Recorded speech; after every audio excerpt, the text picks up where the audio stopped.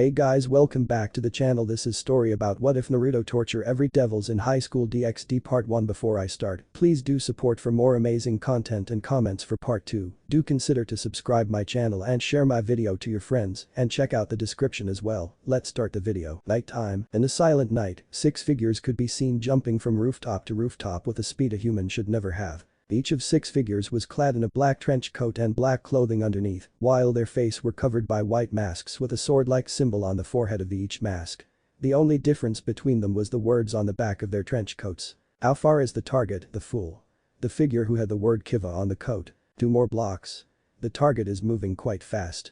If we keep moving with this speed, there is a chance that we may lost him.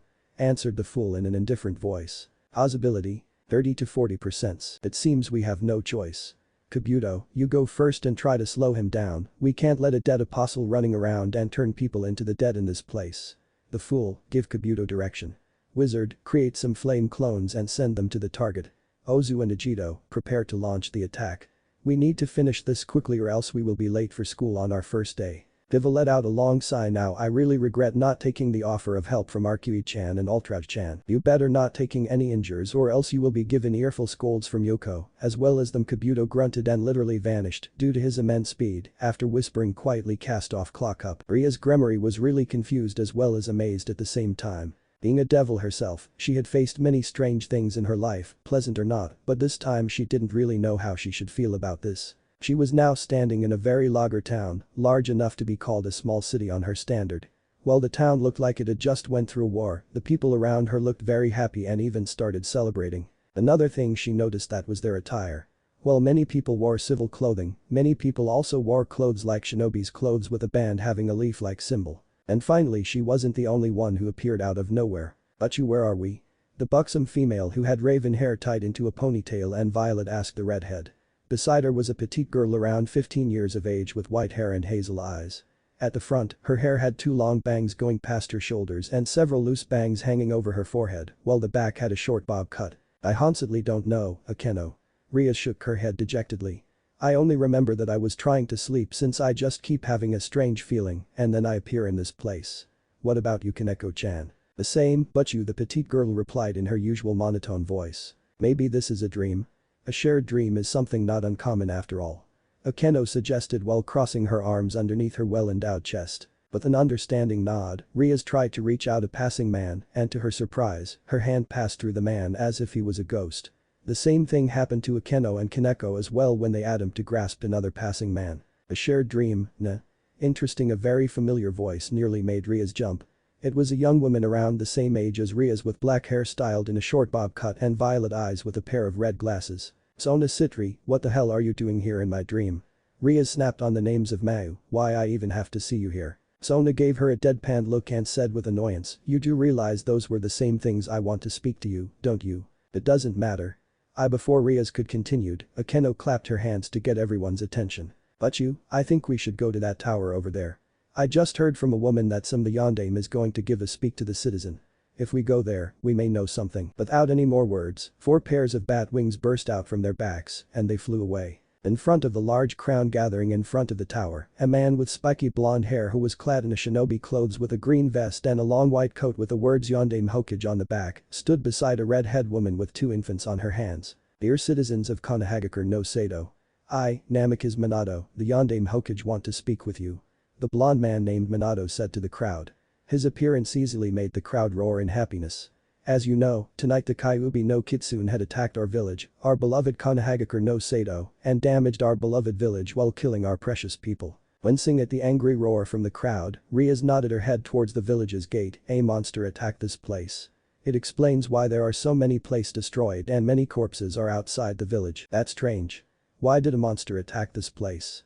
wondered Sona as she pushed her glasses up. "There is no way a monster suddenly appears out of the blue and attacks this place unless they provoke it." "Agree." Kaneko added her 2 cents. "It's not our problem, Kaichu, Kaneko-chan," said Akeno, "just listening and we may know.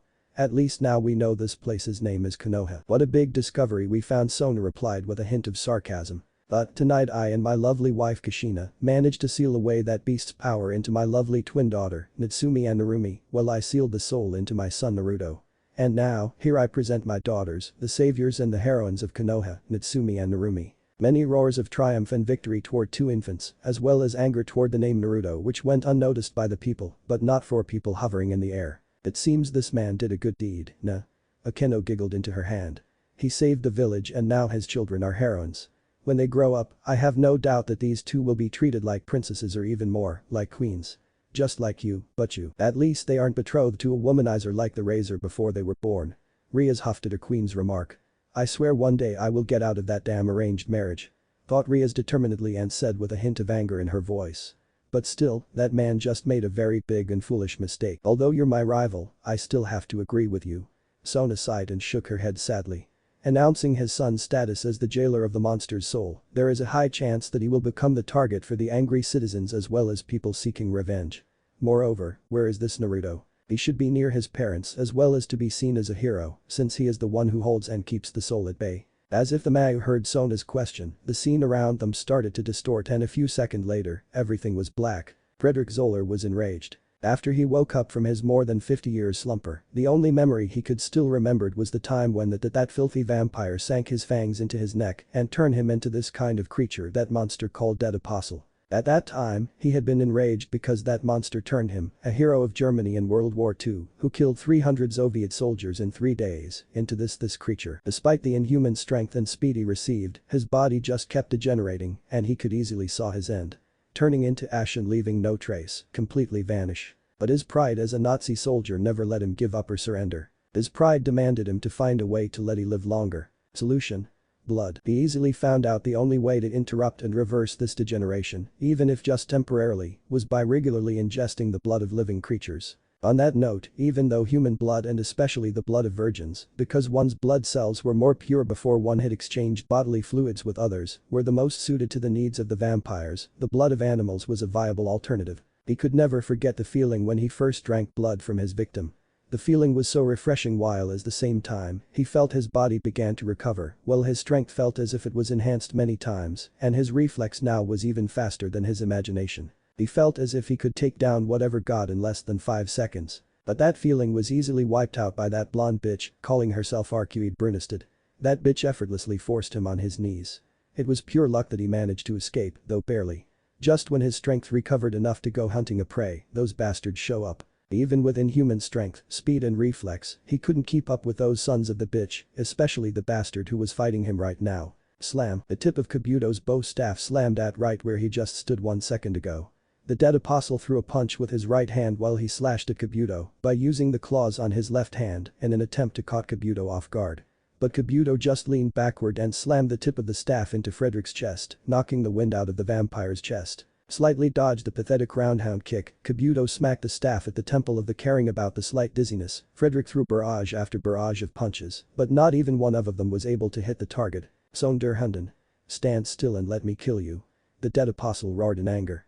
His bloodlust was increased by the vampiric impulse which pushed him to suck the blood of others in order to maintain his strength as well as his own body. Crack, but the horizontal swing, Kabuto broke Frederick's thigh bone and dislocating the Dead Apostle's right shoulder with a downward swing. You talk too much, Kabuto said in a cold and emotionless voice. With a roar, the Dead Apostle rushed to Kabuto in an attempt to prong him with his claws.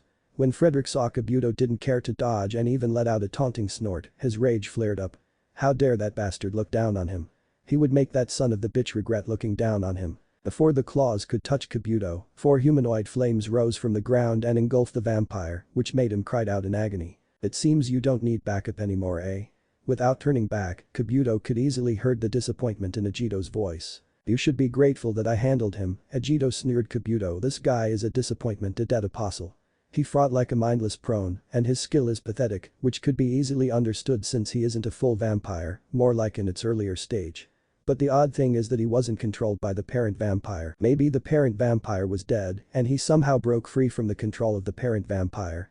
Wizard made his appearance with his usual deadpan tone. Kabuto sighed. That could be the best explanation for now. Anyway, where are Kiva and the fool? Don't tell me those two went home and now are sleeping soundly while we did all the work. No worry.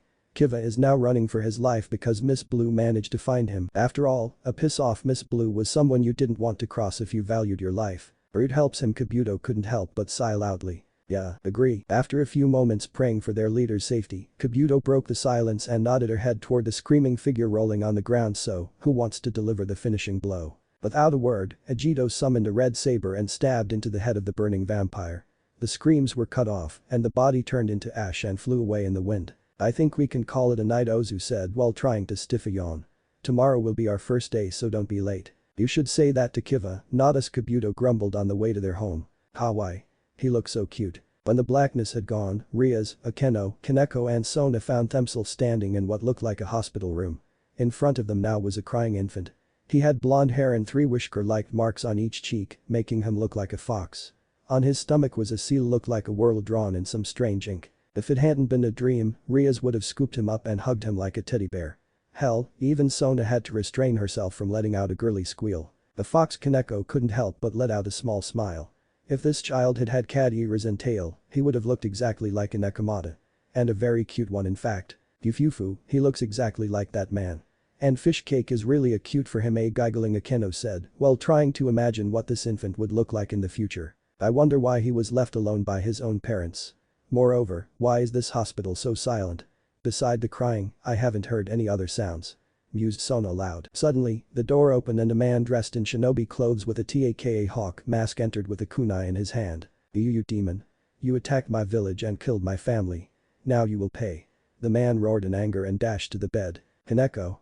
Rias shouted. With an emotionless face, the petite rook swirled around and threw a punch toward the man, but much to her and everyone's horror, the punch just went through the man.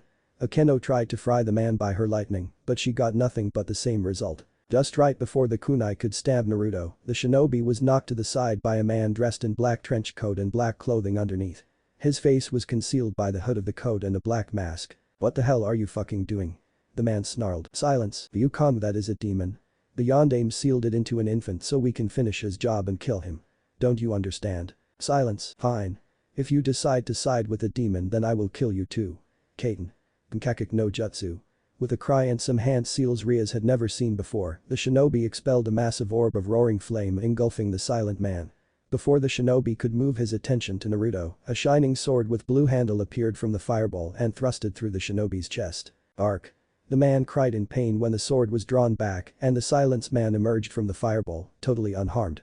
With an elegant swing, the silent man created a large gash on the shinobi's chest and made him fell on the ground in his own blood. Sorry for the pain, but at night, Galatine is a little blunt, but it made your death really painful, nah. The silent man let out a very sadistic cackle which made Akeno shivered and made the area between her legs back and damp. Fufu. I think I'm in love now. Akeno couldn't help but let out a perverse giggle with a hint of sadism and lust in her voice while letting out her masochistic side. Unconsciously, both Rias and Sona moved away from the sadistic queen of Rias. That masked man is screwed, Kaneko gave her remark with a blank face. Another scream interrupted the conversation. The fading signature of the shinobi and the sword impaled in his chest were the proof that he was on the verge of death now. Whuth the hell are you? The shinobi now tried to force the words out of his throat with his last ounce of strength. Who am I? The masked man said in an amused tone, just a passing through devil who walks the path of humanity. Remember that. And the sword was thirsted into the shinobi's heart, ending his misery. And then everything around them became blank. Yawn. Cover your mouth. Wataru, a girl who had a very beautiful physical appearance with a white skin and the combination of brown hair with blue eyes, admonished a slight shaggy brown hair boy with brown eyes who was wearing a muffler. In his left hand was a violin case, while in his right hand was a small book bag. Both of them were wearing the Kuoh Academy's uniform. The advice came from the girl who kept shooting magic missiles at me from 11 p.m. to 2 a.m. the next morning and then threw a tantrum this morning when she found out Yoko-chan snugged into my bed naked. Thank you very much, Ayoko-chan. Wataru said tiredly while cursing mentally. Damn my comrades. They knew this would happen so they left early this morning. That is your punishment for making me worried sick. Okay, but seriously, you don't have to do it until 2 a.m., you know. Compared to Arkui-chan and Ultraj-chan. What did you just say? Compare on what? I will show you I'm way better than those two apostle, baka. With an angry yell, Ayoko stomped toward the school gate. I even haven't finished my sentence and why is she angry? Sigh, why can women be troublesome? Shaking his head resignedly, Wataru walked calmly to school. Except going to school, it was a very pleasant morning to Wataru. He was glad that he decided to leave that hellhole with his true Two-san and true Nai-san. Despite bearing so many pains, at least he had managed to feel the joy of life. Wataru was so deep in thought that he didn't notice that he arrived at school until he heard some murmurs. Look, it's Kiba-kun. Do you think he will go out with me? Ah, Himejima-senpai always looks so gorgeous. Kaneko-chan is always so cute. She looks just like a kitten. It's Gremory-senpai. Gremory-senpai is coming this way. Looking up, Wataru saw a group of 4 students. The first one was an extremely gorgeous bishoujo with cyan-colored eyes, long flaming red hair, not to mention her voluptuous figure which many girls would kill to have. The second one was another beautiful girl who had long black ponytail hair, an athletic and shapely body, could easily rival the redhead or any top models. Trailing behind them was a petite girl who had short silver hair and gold eyes, and her walking made people, at least with Wataru, thought she was walking on the cloud. Lastly was a handsome blonde boy who Wataru assumed was the Kiba-kun he heard. At the moment he was surrounded by a small group of cute girls, while receiving many glares from the male. Usually, Wataru didn't really care about a group of school idols, but there was one thing caught Wataru's attention. All of them are devils. Thought Wataru when he sensed their aura and signature. Well, Wataru knew that devils did requests and/or took part in raiding games so as to promote their rank and become stronger and trying not to harm human intentionally. Some of them, mostly stray devils, still took a liking of killing human just for fun. Well, as long as they don't harm any humans, we can ignore them or maybe we can make an alliance with them. Shrugging his shoulders, he turned away and left to get his schedule. While he didn't notice the strange looks the 3 females were sending his way, he did notice some murmurs which gave him some uneasy feeling. Who is that guy? I haven't seen him before. I don't know. Maybe he is a new student. Why? He looks so cute with that muffler. Maybe he isn't handsome as Kiba-kun or that cool looking guy with black hair, but he is definitely hot. And it seems he can play violin too. I wonder if he is single. Will he go out with me? Why are all the girls looking at me like I'm a piece of meat? Thought a nervous Wataru while he received the same treatment as the blonde boy from the male. What the hell? Another Casanova. Another one. 5 more and now we have another one in the same morning. Life is so unfair. Why don't all of them just go to die? Shaking his head while letting out a small tired smile which earned many blushes from the female, Wataru walked toward the school building and prepare for his first appearance. Class 2D. Hello everyone. My name is Azaki Aoko. I'm new in this place so please take care of me for the time being. Yes. Our new student is a hot girl. Shouted all the male in the class. Class 3B. A young man who had tan skin with slight long wavy black hair that bangs, covers most of his forehead, dark brown eyes that got covered by his bangs every now and then stood in front of the classroom. He then pointed to the ceiling with his right hand and for some unknown reasons, the sun somehow began to shine on him. Mayaba-chan said this. Walking the path of heaven, the man who will rule everything. My name is pointed to the sun, Tendu Saoji. Hi. He looks so cool. Squealed all the girls while the guys gave Saoji the same treatment when they saw him the first time. Glaring dagger and even planning an assassination plan. Class 3C. Why am I stuck with you? A young man with his brown shaggy hair whispered to his companion in his usual deadpan tone. No idea. Now stop complaining and get this over with. Whispered his companion, a young man with dark blue hair with a neck strap MP3 player and clip-on earphones rested on his neck in a lazy tone. I'm Arisato Minato. It's a pleasure to meet all of you and I will be your care from now on, bowed the blue hair boy. My name is Sama Haruto. Pleased to make acquaintance with all of you, bowed the brown hair boy. Yeah. We got for ourselves 2 good-looking boys. The female squealed again. Class 3F. I'm Hino Ig, said the boy teenager with very messy black hair down to his shoulder and brown eyes. And I'm Tsugami Shuichi, said the young man with a shoulder length and very dark brown hair, which might make people thought it was black with predominantly red dye. He also had warm brown eyes shone with kindness. It's very nice to meet all of you since we are new here, so please take care of us. The reaction could be easily guessed. Wow. They are so funny and mature. Class 3A. Okay, calm down Wataru, calm down. Thought Wataru to himself, there is nothing to worry. Everything will be fine. Wataru was really nervous. The reason? All the members of Class 3 were staring directly at him. So why would that make Wataru nervous? The answer was very easy. All the members of Class 3 were female. And 2 she-devils who had red hair and long black ponytail hair were in this class too. And more important, THEY members of Class 3 and even his sensei with a blush on her face were looking at him as if he was a piece of meat or even more, a potential boyfriend, lover, chosen mate, husband, and some more, which would be X-rated for the sake and safety of this story. Gathering all of his courage before it dissipated into the air, Wataru cleared his throat and said nervously, hello everyone my name is Wataru Kurenai Pendragon Wataru and you can call me Wataru if you want. A silence. My likes are playing and practicing violin, crafting violin and cooking, even though my cooking skill never reaches Saoji's level, and well, I don't really have any dislike, except people who doesn't take care of their instruments. My dream is to create the ultimate violin, which could surpass any Stradivarius violin in the world. When talking about his dream, Wataru couldn't help but said with excitement. Every time he looked at his father's bloody rose, the beauty of the violin always made him forget anything else and made him admire its beauty until someone snapped him out. Another silence. Did I just say something wrong?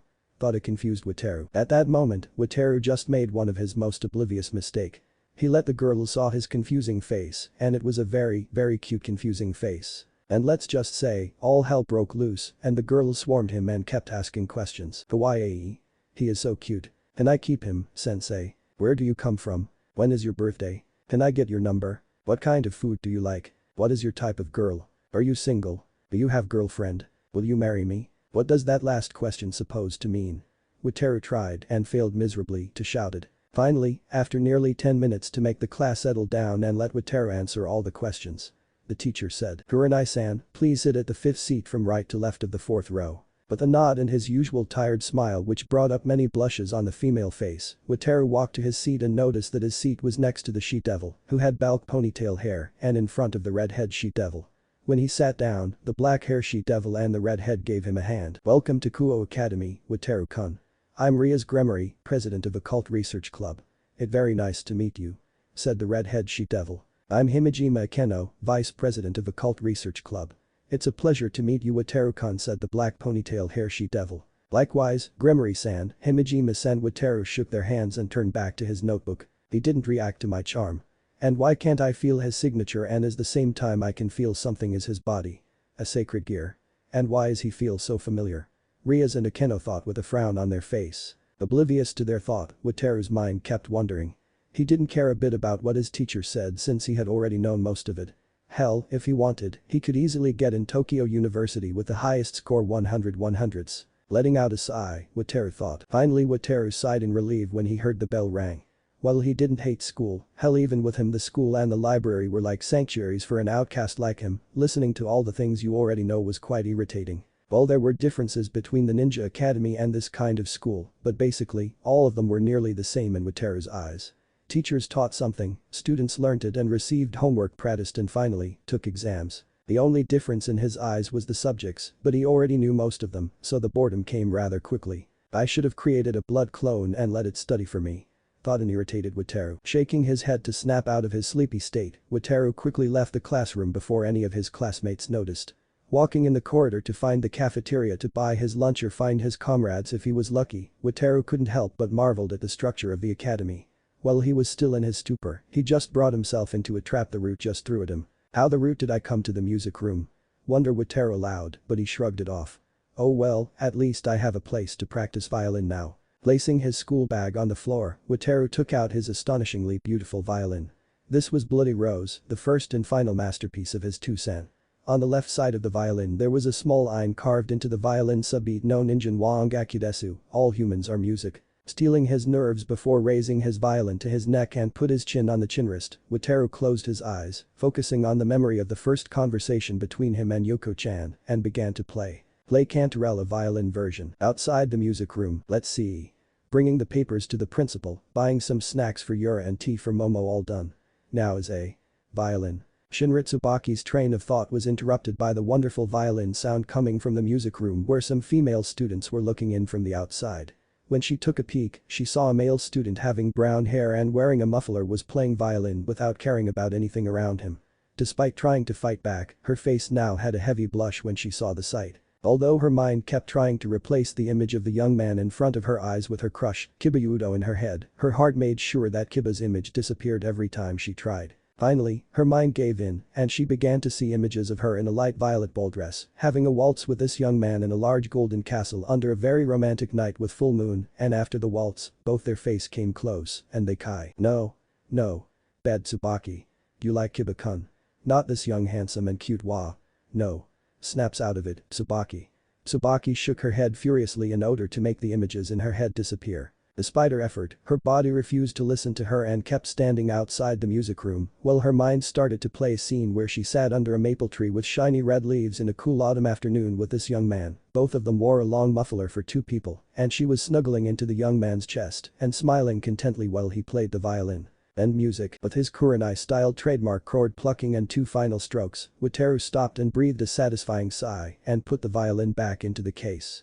In many happy memories he had, and none of them, except two, happened in his first 10 years, the time he met Yoko was one of the happiest memories. Yoko was the only one who had taught him many things parents should teach their children when they grow up. After all, it seemed his former parents surely had forgotten that they had a Musuko beside their two precious Musu. The image of a lonely boy who walked behind his happy biological family like he didn't belong to that family was something could almost pain every villager who saw that scene. Keyword. Almost. After all, who would feel that way toward a demon reincarnation? Moreover, who was Namikaze Uzumaki Naruto?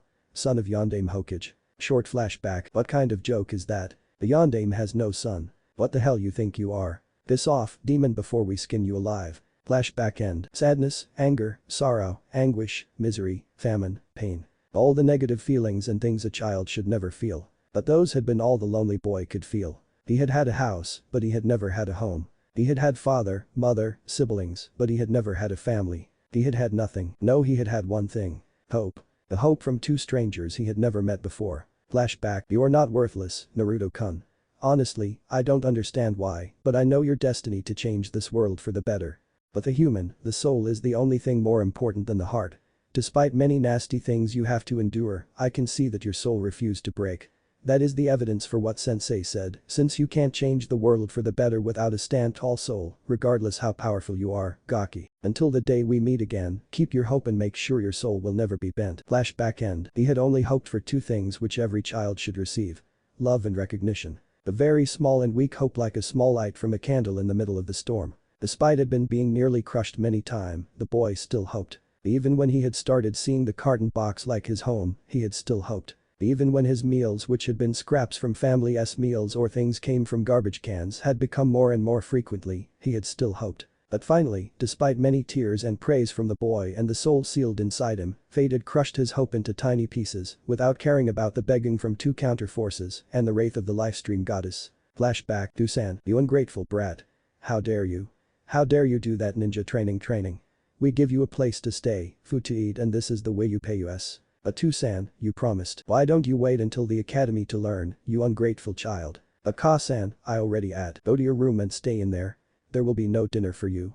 Now get out of my sight. Flashback end. We promised to train you when you attend the academy, so no worry. Lie. We are family. Lie. All of those were nothing but lies. And then that happened. The snowy birthday. The final straw and the final nail of the coffin. The day Namikaze Uzumaki Naruto unofficially ceased to exist. Before any negative emotions could come like a tidal wave and ruin his mood, Wataru suddenly felt a feeling of dread creeping up his spine. When he turned around, he saw the reason. A very large group of girls now were standing outside the music room, hearts in their eyes, while their faces were blushing and glowing with admiration, love, and even, only a few of them, lust. Hey, hi. What should I do in this situation? Jump out the window and run. This is the ground floor after all. Thanks. You're welcome. Oh, and by the way, if you don't want to lose your virginity, run as fast as you can. Got it? Got it. And before the girls could react, Wataru grabbed his violin case and his book bag, jumped out the window and ran as if his life depended on it. And then all hell broke loose again. There were many cries of "Oh my god, he looks so charming. He looks even better than Kiba-kun and Tendu-kun. I'm definitely in love with Kurenai-kun now. Please wait for me. And after my future boyfriend, lover, husband." And then they set off, sending the record of Wataru's performance to their friends and/or running off with a hope that they would be able to catch up with their newfound chosen boyfriend, lover, mate, husband. Meanwhile, at the cafeteria, here you are. 2 sandwiches and 2 omuresu, omelette rice. Said a happy Ig who was now standing behind the cafeteria's food stall with an apron while serving the lunch to a group of second-year girls. "Arigato, Hino-kun." Squealed 4 girls when they received their lunches. "Just call me Ig. Enjoy your lunch." Waved Ig at the girl and turned to the cafeteria's cooks. "Next orders are 1 karaisu, curry rice, 2 onigiri, rice ball, and 1 hayashi raisu. Thanks for your help, Ig-kun. You are really a lifesaver." One of 3 cooks pat Ig's back while he handed him Ig the dishes. "Don't worry, Nobu-san. I'm always willing to help." Smiled Ig, and he turned to the girls waiting in front of him. "Your orders. Enjoy your lunch." While Aiji was helping the cafeteria staff, Haruto and Saoji were having lunch with Shuichi and Aoko. "You do realize that you're eating donuts for lunch, right?" Aoko eyed Haruto with a strange look. "So?" asked a confused Haruto. "I need to restore my energy as fast as I can. And eating something sweet is a very fast way to restore my energy." "The donut you just ate was the 10th. Never mind," said a resigned Aoko. It was futile to argue about these things. And she knew there was no way they changed their lifestyle as well as their antics. Every time she saw their antics, she just wanted to say that she had no connection with them. "And where's Wataru-kun?" "He should be here 10 minutes ago," asked Aoko. "Hope he isn't being chased by a group of girls who want him to become their husband now." Saoji butted in after finishing his Kairaisu. Scene change. In the occult research clubroom, there was a restless Rias Gremory sitting on the couch. When Rias woke up from her dream, his words kept replaying in her head. "Just a passing through devil who walks the path of humanity." In many people's eye, devil could be seen as a creature of greed and destruction of humankind. While this was not entirely false, there was one thing for sure: that devil always tried not to harm human intentionally, especially after the war between heaven and underworld. But a devil who stood on human side was something she had never heard before. Yet this man had exclaimed that he walked the path of humanity. And then that shinobi. With a series of hand signs, that shinobi expelled a large fireball from his mouth as if he was a member of Phoenix clan. And then the sword. This morning, Rias just coincidentally came across a book wrote about King Arthur and his knights, and she saw the name of the man's sword in the book. Palatine. The reborn sword of victory. It was the sister sword of Excalibur. The holy sword that Sir Gawain, one of King Arthur's knights, possessed. The sword that devil had used in her dream was a holy sword. And then this new student, Kurenai Pendragon Wataru. The first time she saw him, she couldn't sense his signature. She knew he was there, but she couldn't feel anything, as if he didn't even exist. And the Pendragon part 2. Not many people had the surname of King Arthur after all. And then when she shook his hand, she could feel an unknown familiar feeling spread it over her. The feeling was very familiar, it just like that infant named Naruto. Could it be that Naruto and Wataru was one, or Naruto was somehow related to Wataru? But they had nothing similar between them beside that feeling. Rubbing her forehead, Rias could feel a massive headache was coming her way, full speed. "But you seems troubled." Looking up to see her queen who sat down in front of her, Rias let out a sigh. "Yes, Akeno. It was the dream last night. It keeps bugging me. And that familiar feeling from Kurenai-kun too. I just can't connect the dots. It is so confusing." Suddenly, they felt a spike of demonic energy outside the clubroom. Without any words, both the girls ran out to see what it was, and what they saw was something they had never seen before. Back to Wataru. "Oh great. Where am I now?" said a very irritated Wataru. After escaping from fangirls from hell, Wataru found himself standing in front of what looked like an old building. What intrigued him were two signatures belonged to Rias and Akeno, and another signature, and he could easily tell that this signature was suppressed by some kind of seal. When he intended to sneak in to investigate, a large purple flame bursted from the ground.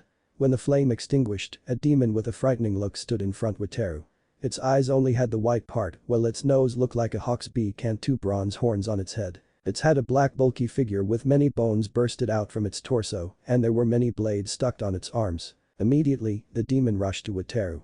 If his instinct hadn't reacted, he would have been impaled by the blades on its arms. Unfortunately, while he didn't receive any injuries, his shirt and blazer now had two large gashes on them. "Oh great. Now how can I go back to class with my clothes like this?" complained Wataru while jumping out of the demon's way when it rushed at him again. He had to finish this quick without making any attention. "Play music. Dead or alive Ishihara Shinichi." Steeling himself, Wataru mentally chanted a phrase that he had chanted more than thousands times. "Trace on." Wataru's magic circuits flared up and prana flooded in his system. Many images of swords appeared in his head, but Wataru quickly focused his mind on one special blade with an ultimate technique which had reached the level of 1 out of pure godlike skill. Manahashi's Ao, an over 5 shaku long, 150 cm Bichu Ao blade with blue handle, materialized in his hands. While it was just a fake that looked identical to the untrained eye and the length defied common sense, that didn't mean this sword was something could be looked down. After steeling himself for the first time, he used this technique in a real battle. While reinforcing his legs with prana, Wataru rocketed forward. His legs moved into the stance almost instinctively. His arms carried out the technique that he had practiced vigorously with a very small hope that one day he would have replicated it perfectly. Putting all of his effort into a single swing, Wataru could only pray that there would be no opening in the technique, or else there would be a bloody mess of Kurenai Pendragon Wataru on the ground under the demon's feet. 3 swings completed simultaneously. 3 slashes arrived from 3 different directions by momentarily using the multi-dimensional refraction phenomenon to transcend speed, dexterity, feints and many other elements. A technique that through sheer skill even reached to the kaleidoscope, the second magic of the greatest troll of all worlds, at least in Wataru's eyes, Kisher Zelrek Schweinerg. The first and second slash cut through the demon body from both shoulders to waist, making spurts of black blood gushed out, while the third slash beheaded the demon at the same time. Heiken. Tsubam Geshi whispered Wataru, and the demon's body parts fell on the ground, bursted into black flame and dissipated into the air. Tsubam Geshi, the fabled technique of the legendary swordsman Kajuru Sasaki, who was said to be able to cut down a swallow in mid-flight. A technique where 3 concurrent arching blades closed on the enemy from all sides to create a prison, allowing no chance for defense or evasion. It might not a noble phantasm, but its power was something could even surpass servants. Stop music. Letting out a small sigh after dematerialized the sword, Wataru took off his blazer and shirt so as to find a way to fix the clothes. While his body couldn't be called muscular, his body was lean yet well built, and he even had 6-pack abs. But on his body, there were things that many people couldn't imagine. Scars. Lots of scars littered on his body. Especially a large scar went from left shoulder to the right side of his waist on his back. A stray ledem. That's strange. Why would a ledem appear in this world? Unless, thought Wataru out loud, but before he could come up with an answer, a gap appeared on his head, and from the gap, Wataru-kun. And a long blonde hair girl with dark violet eyes fell out, and Wataru's face got caught in her impressive, which made him blush furiously. She was clad in a purple Chinese-style tabard with various trigrams over a pale pink Western-style dress, a pale pink mop cap with a thin red ribbon, and smaller ribbons tied on her accessories and the tips of her hair. She also had a pink lace parasol and a paper fan. Yukari-chan. Sputtered Wataru while trying to get out of her suffocating hug. Let me go. Nanit irr. Aren't you happy to meet me again? Yukari pouted childishly and let Wataru out of her hug. Why yes. I am happy. It just I thought that maintaining the barrier between worlds is a boring job, UKNOOOW, and preventing Kaido team from taking treasures is really TIIIRING. I only want to sleep while hugging my Wataru KUUUN, said Yukari, in a too dramatical way for Wataru's taste. Okay, I get the idea, said Wataru, tiredly smile while raising his hands to stop the blonde, but seriously, why are you here? I thought that you would come tonight, not now. Puffing her cheeks, Yukari grumbled, I was chasing that ledem you just killed a few minutes ago. Kaido team lured it from its cave into a small gap I forgot to fix. He did that to annoy me because I only accidentally broke a small old vase that he called treasure. Why would anyone care about a stupid old vase? Letting out a small sigh, Wataru shook his head resignedly. Despite after many attempts, the relationship between Kaido Daiki and Yakumo Yukari while wasn't hostile but still quite strained. These two will be my death in the future. At least now Yukari-chan spends more time working, not just sleeping and messing with others people. Thought Wataru tiredly. Yukari-chan, oh. Look at the time. It's my snack time. See you later, Wataru-kun. Remember that you owe me one for helping you TONIGHT. Before Wataru could say anything, Yukari opened a gap and stepped in with an unusual glee expression which spelt only one thing. Disaster. Letting out his N+1 sigh, Wataru changed his attention toward the old building. Okay, Gremory-san and Himejima-san. You two can come out now. And this goes for you too, Citri Kaichu and Shinrafuuko Kaichu. Earlier with Rias and Akeno, what in the name of Mayu is that? Exclaimed Akeno when both of them saw the demon appeared and rushed at Wataru. Somehow Akeno felt her heart clenched when she saw the gashes on Wataru's shirt and blazer, but then felt relieved when she saw that Wataru wasn't hurt. I honestly don't know, Akeno said Rias. She was still surprised at the appearance of the unknown demon. Then she saw a long blade appeared in Wataru's hands. A second sword birth. No, I can't feel any demonic energy in that blade. Some kind of spell. Thought Rias inwardly. But the next thing she saw astonished her. Wataru rocketed toward the demon and with a single swing, 3 slashes came from 3 directions, swiftly killed the demon before she could even blink. Wow, 3 slashes with 1 swing, said an astonished Rias after the demon dissipated into the air. With just this unknown technique, Rias could see that Wataru was very well trained in swordsmanship. Her mind started working on a plan to add Wataru into her peerage before Sona could even lay an eye on him. Udo-kun's gonna be interested in that technique if he see this, said Akeno amusingly, and then she licked her lips lustfully when she saw Wataru's body, while Rias blushed at the sight. And it seems Wataru-kun has a quite delicious body, fufufu. Before Rias could say anything, a gap opened above Wataru, and a blonde-haired girl fell from the gap and buried Wataru's head in her impressive dot. Oddly enough, Rias found herself become irritated at the blonde. Ria's eyes narrowed when, much to her dismay, she found this girl was quite beautiful, and while the blonde didn't have larger than hers, but still very well endowed. Her mind's gears started spinning rapidly in order to find a way to counterattack this threat. Then her eyes widened. Why was she getting jealous of a stranger she even didn't know? Okay, Gremory-san and Himejima-san. You two can come out now. And this goes for you too, Sitri Kaichu and Shinrifuuko Kaichu. Ria's train of thought was halted by the call of Wataru. Now she realized that she was so deep in thought that she didn't see the blonde girl's departure. Wait a minute. How did he know we are watching? And Sona's here too. What do we do now but you? Akeno asked her king. She was also taken back by Wataru's call. We have no other choice. Sighed Rias. But Sona and Tsubaki. How did he do that? Stuttered Tsubaki. When she and Sona felt a spike of demonic energy near the old building, both of them quickly left in order to investigate. But what they found was something they didn't expect. A male student wearing a muffler dispatched a strange-looking demon by a very long blade with a very powerful technique that created 3 slashes with a single swing. And it was the very same male Tsubaki had seen playing violin in the music room. Pushing her glasses on her face, Sona said in a thoughtful manner, I sense no demonic power in that blade, so I can only assume that he used a sword technique that demands a top-notch swordsmanship or some kind of strange spell which can multiply or copy the slash. And he can become quite a powerful addition to my peerage. The last part was added mentally in Sona's mind. And then her face donned a heavy blush when she saw Wataru's naked upper half and a frown when she saw a blonde girl fell from a gap who was now suffocating Wataru with her impressive dot. Looking at Tsubaki, Sona's sweat dropped yet feeling surprised when she saw her queen was gnashing her teeth comically as some large knots formed on her forehead.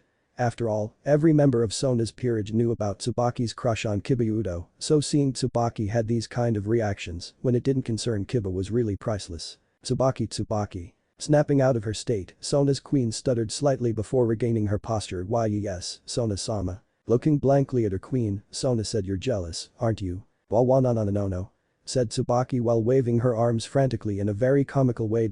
Why would I feel jealous? There is no way I feel jealous toward a stranger I even hardly know. Before Tsubaki could finish what she was saying, Wataru's voice made both her and Sona jump. Okay, Gremory-san and Himejima-san. You two can come out now. And this goes for you too, Sitri Kaichu and Shinrifuuko Kaichu. But Wataru, putting on his damaged shirt and blazer, Wataru waited patiently in a thick silence until all 4 girls stepped out from the old building and behind the corner of the old building. All of them looked tense and slightly on guard, which was understandable to Wataru, but at the same time he could see the calculative look in Rias and Sona's eyes. It seems they are planning on something. Well, at least they show no sign of hostile, but still, I need to be careful about this. This morning Gremory-san showed no reaction when she heard my surname was Kurenai, so that means she doesn't know about what happened between my 2-san and her clan in the past, or she is very good at hiding her reaction. I'm not really sure if Sitri-san knew about this or not, since from what my father told me, that the surname of Serafal is Sitri, so I have to be extremely careful with her. Thought Wataru calculatively. He and his comrades had just arrived yesterday, and he didn't want to deal with Surziches and Graia at this time. In case he carelessly made mistakes, he could only pray that Alaya-chan's and Gaia-chan's trick could cover his track. Slightly bowing his head, Wataru said in a polite manner yet hinting an edge in his voice, so what honors do I have to encounter such 4 beautiful ladies here? This brought blushes on Sona's and Tsubaki's face, while Rias and Akeno giggled with a small blushes, or should I say devils. Which one do you prefer? When the word devil came out, all 4 she-devils immediately became on guard. Sona said in a cautious voice, and what are you? Why can't I sense anything from you? And how do you know my surname was Sitri, not Shitori and Tsubaki's name? Well, we haven't met you before. Unfortunately, before she could get any answers, the school bell rang signaling the end of the lunch break. Well, it seems your questions have to wait for a while. Said Wataru dryly with a humorless chuckle. Gremory-san and Himejima-san, please tell sensei that I will come back to class a little late. I need a little time to fix my shirt and blazer. And about your questions, Sitri-san, tomorrow me and my comrades will meet you after school and I will answer as best as I can. Give me the place where we will meet tomorrow and we will come. And your group can come too, Gremory-san. Group? Said Riot while quirking her left eyebrow. Don't you have a peerage? Anyway, see you guys later. After waving at the group, Wataru picked up his book bag and violin case and left to fix his clothes, leaving a group of wary yet thoughtful she-devil behind. Scene change, at Kurenai Tendu Sama Arasado Hinotsugami household that night in the dojo of a large Japanese-styled residence not very far from the Kuoh Academy. Man, finally it's done. Exclaimed Iji after 2 hours carefully painting a very big magic circle with 5 smaller magic circles around the large circle, not to mention 1 hour waiting. Minato and Wataru designed and constructed the magic circles with chalk. But Gaia-san, can I ask you why it is necessary to use lead paint instead of normal paint? Lead paint can be quite poisonous. Kneeling near the large circle in order to check if there was anything wrong, a very young woman with armpit-length black hair and golden eyes dressed in a knee-length black dress replied without turning back. Magecraft, especially formal craft in this situation, can be affected by lots of things if you don't be careful. As you already know that in lead paint there is letter more precisely, PbCrO4 and PbCO3, not to mention some silver powder and chalk powder I added in the paint. They are very conductive to prana as well as chakra. Hey, I thought we would only use pran before IG could finished, Graia cut him off. Just for safe. As you heard from Teru-kun, chakra is created from what he calls chakra cores, so in a sense, chakra is very similar to odd yet still different. For example, if you reinforce a knife with a large amount of prana, the knife will become sharper and eventually become unstable until it's broken. If you reinforce a knife with a large amount of chakra, the knife will also become sharper, but eventually the knife will become duller and duller. I understand now, nodded IG. You intend to use chakra to stabilize the circles if anything bad happen, correct? Yes. And using chakra to keep the gap at bay is also safer than using prana, since chakra can't stabilize things as I said before. Slowly standing up from her kneeling position, Graia looked at the circles for the last time before turning back to IG. Okay, the paint is dry enough. Everything is ready. Go and call everyone in, IG. Standing in 5 smaller circles now was Saoji in his usual grey hakama, Haruto in his white t-shirt and brown pants, Yukari in her usual dress without her parasol and paper fan, a young man with messy black hair, and a cheerful expression to the extent of being annoying to those people around him, and finally, a very beautiful girl dressed in a dark red dress with a yin-yang symbol in front of her dress, and she also had very dark blonde hair tied into 2 ponytails, 2 fox ears on the top of her head, and 9 swaying foxtails covered with dark red fur. Do you all understand what you have to do? Another woman looked similar to Graia, but had silver hair and crimson eyes, asked the group. One question, Alaya. Why do I have to work with her? The messy black hair young man pointed at Yukari with an annoyed expression while at the same time, Yukari was glaring at him venomously. To answer your question, Kaido Daiki 1, you already know where is Wataru-kun's world, but your power still have some limits, since your power isn't second magic, and I don't want to take any unnecessary risks. And then Alaya's voice became colder and colder, and 2, if you don't help, I can guarantee that you will never even lay an eye on any treasures, let alone hunting them, am I clear? Yes. Yes. Do it. Do it. Do it. After hearing the last part, Yukari started jumping up and down with a very childish glee. No more working overtime. No more dealing with Kaido team. More spending time with Wataru-kun. More Ida. What the hell are you? Looking behind, everyone saw a humanoid figure who was clad in a long black trench coat with a hood and black clothing underneath, black combat boots and black gloves. His face was hidden by a black mask, while the hood shadowed the figure's face. Don't be like that, Yukari-chan. And I am your Wataru-kun, by the way. Admonished the figure. It seems that guy's gift really works. Wataru-kun?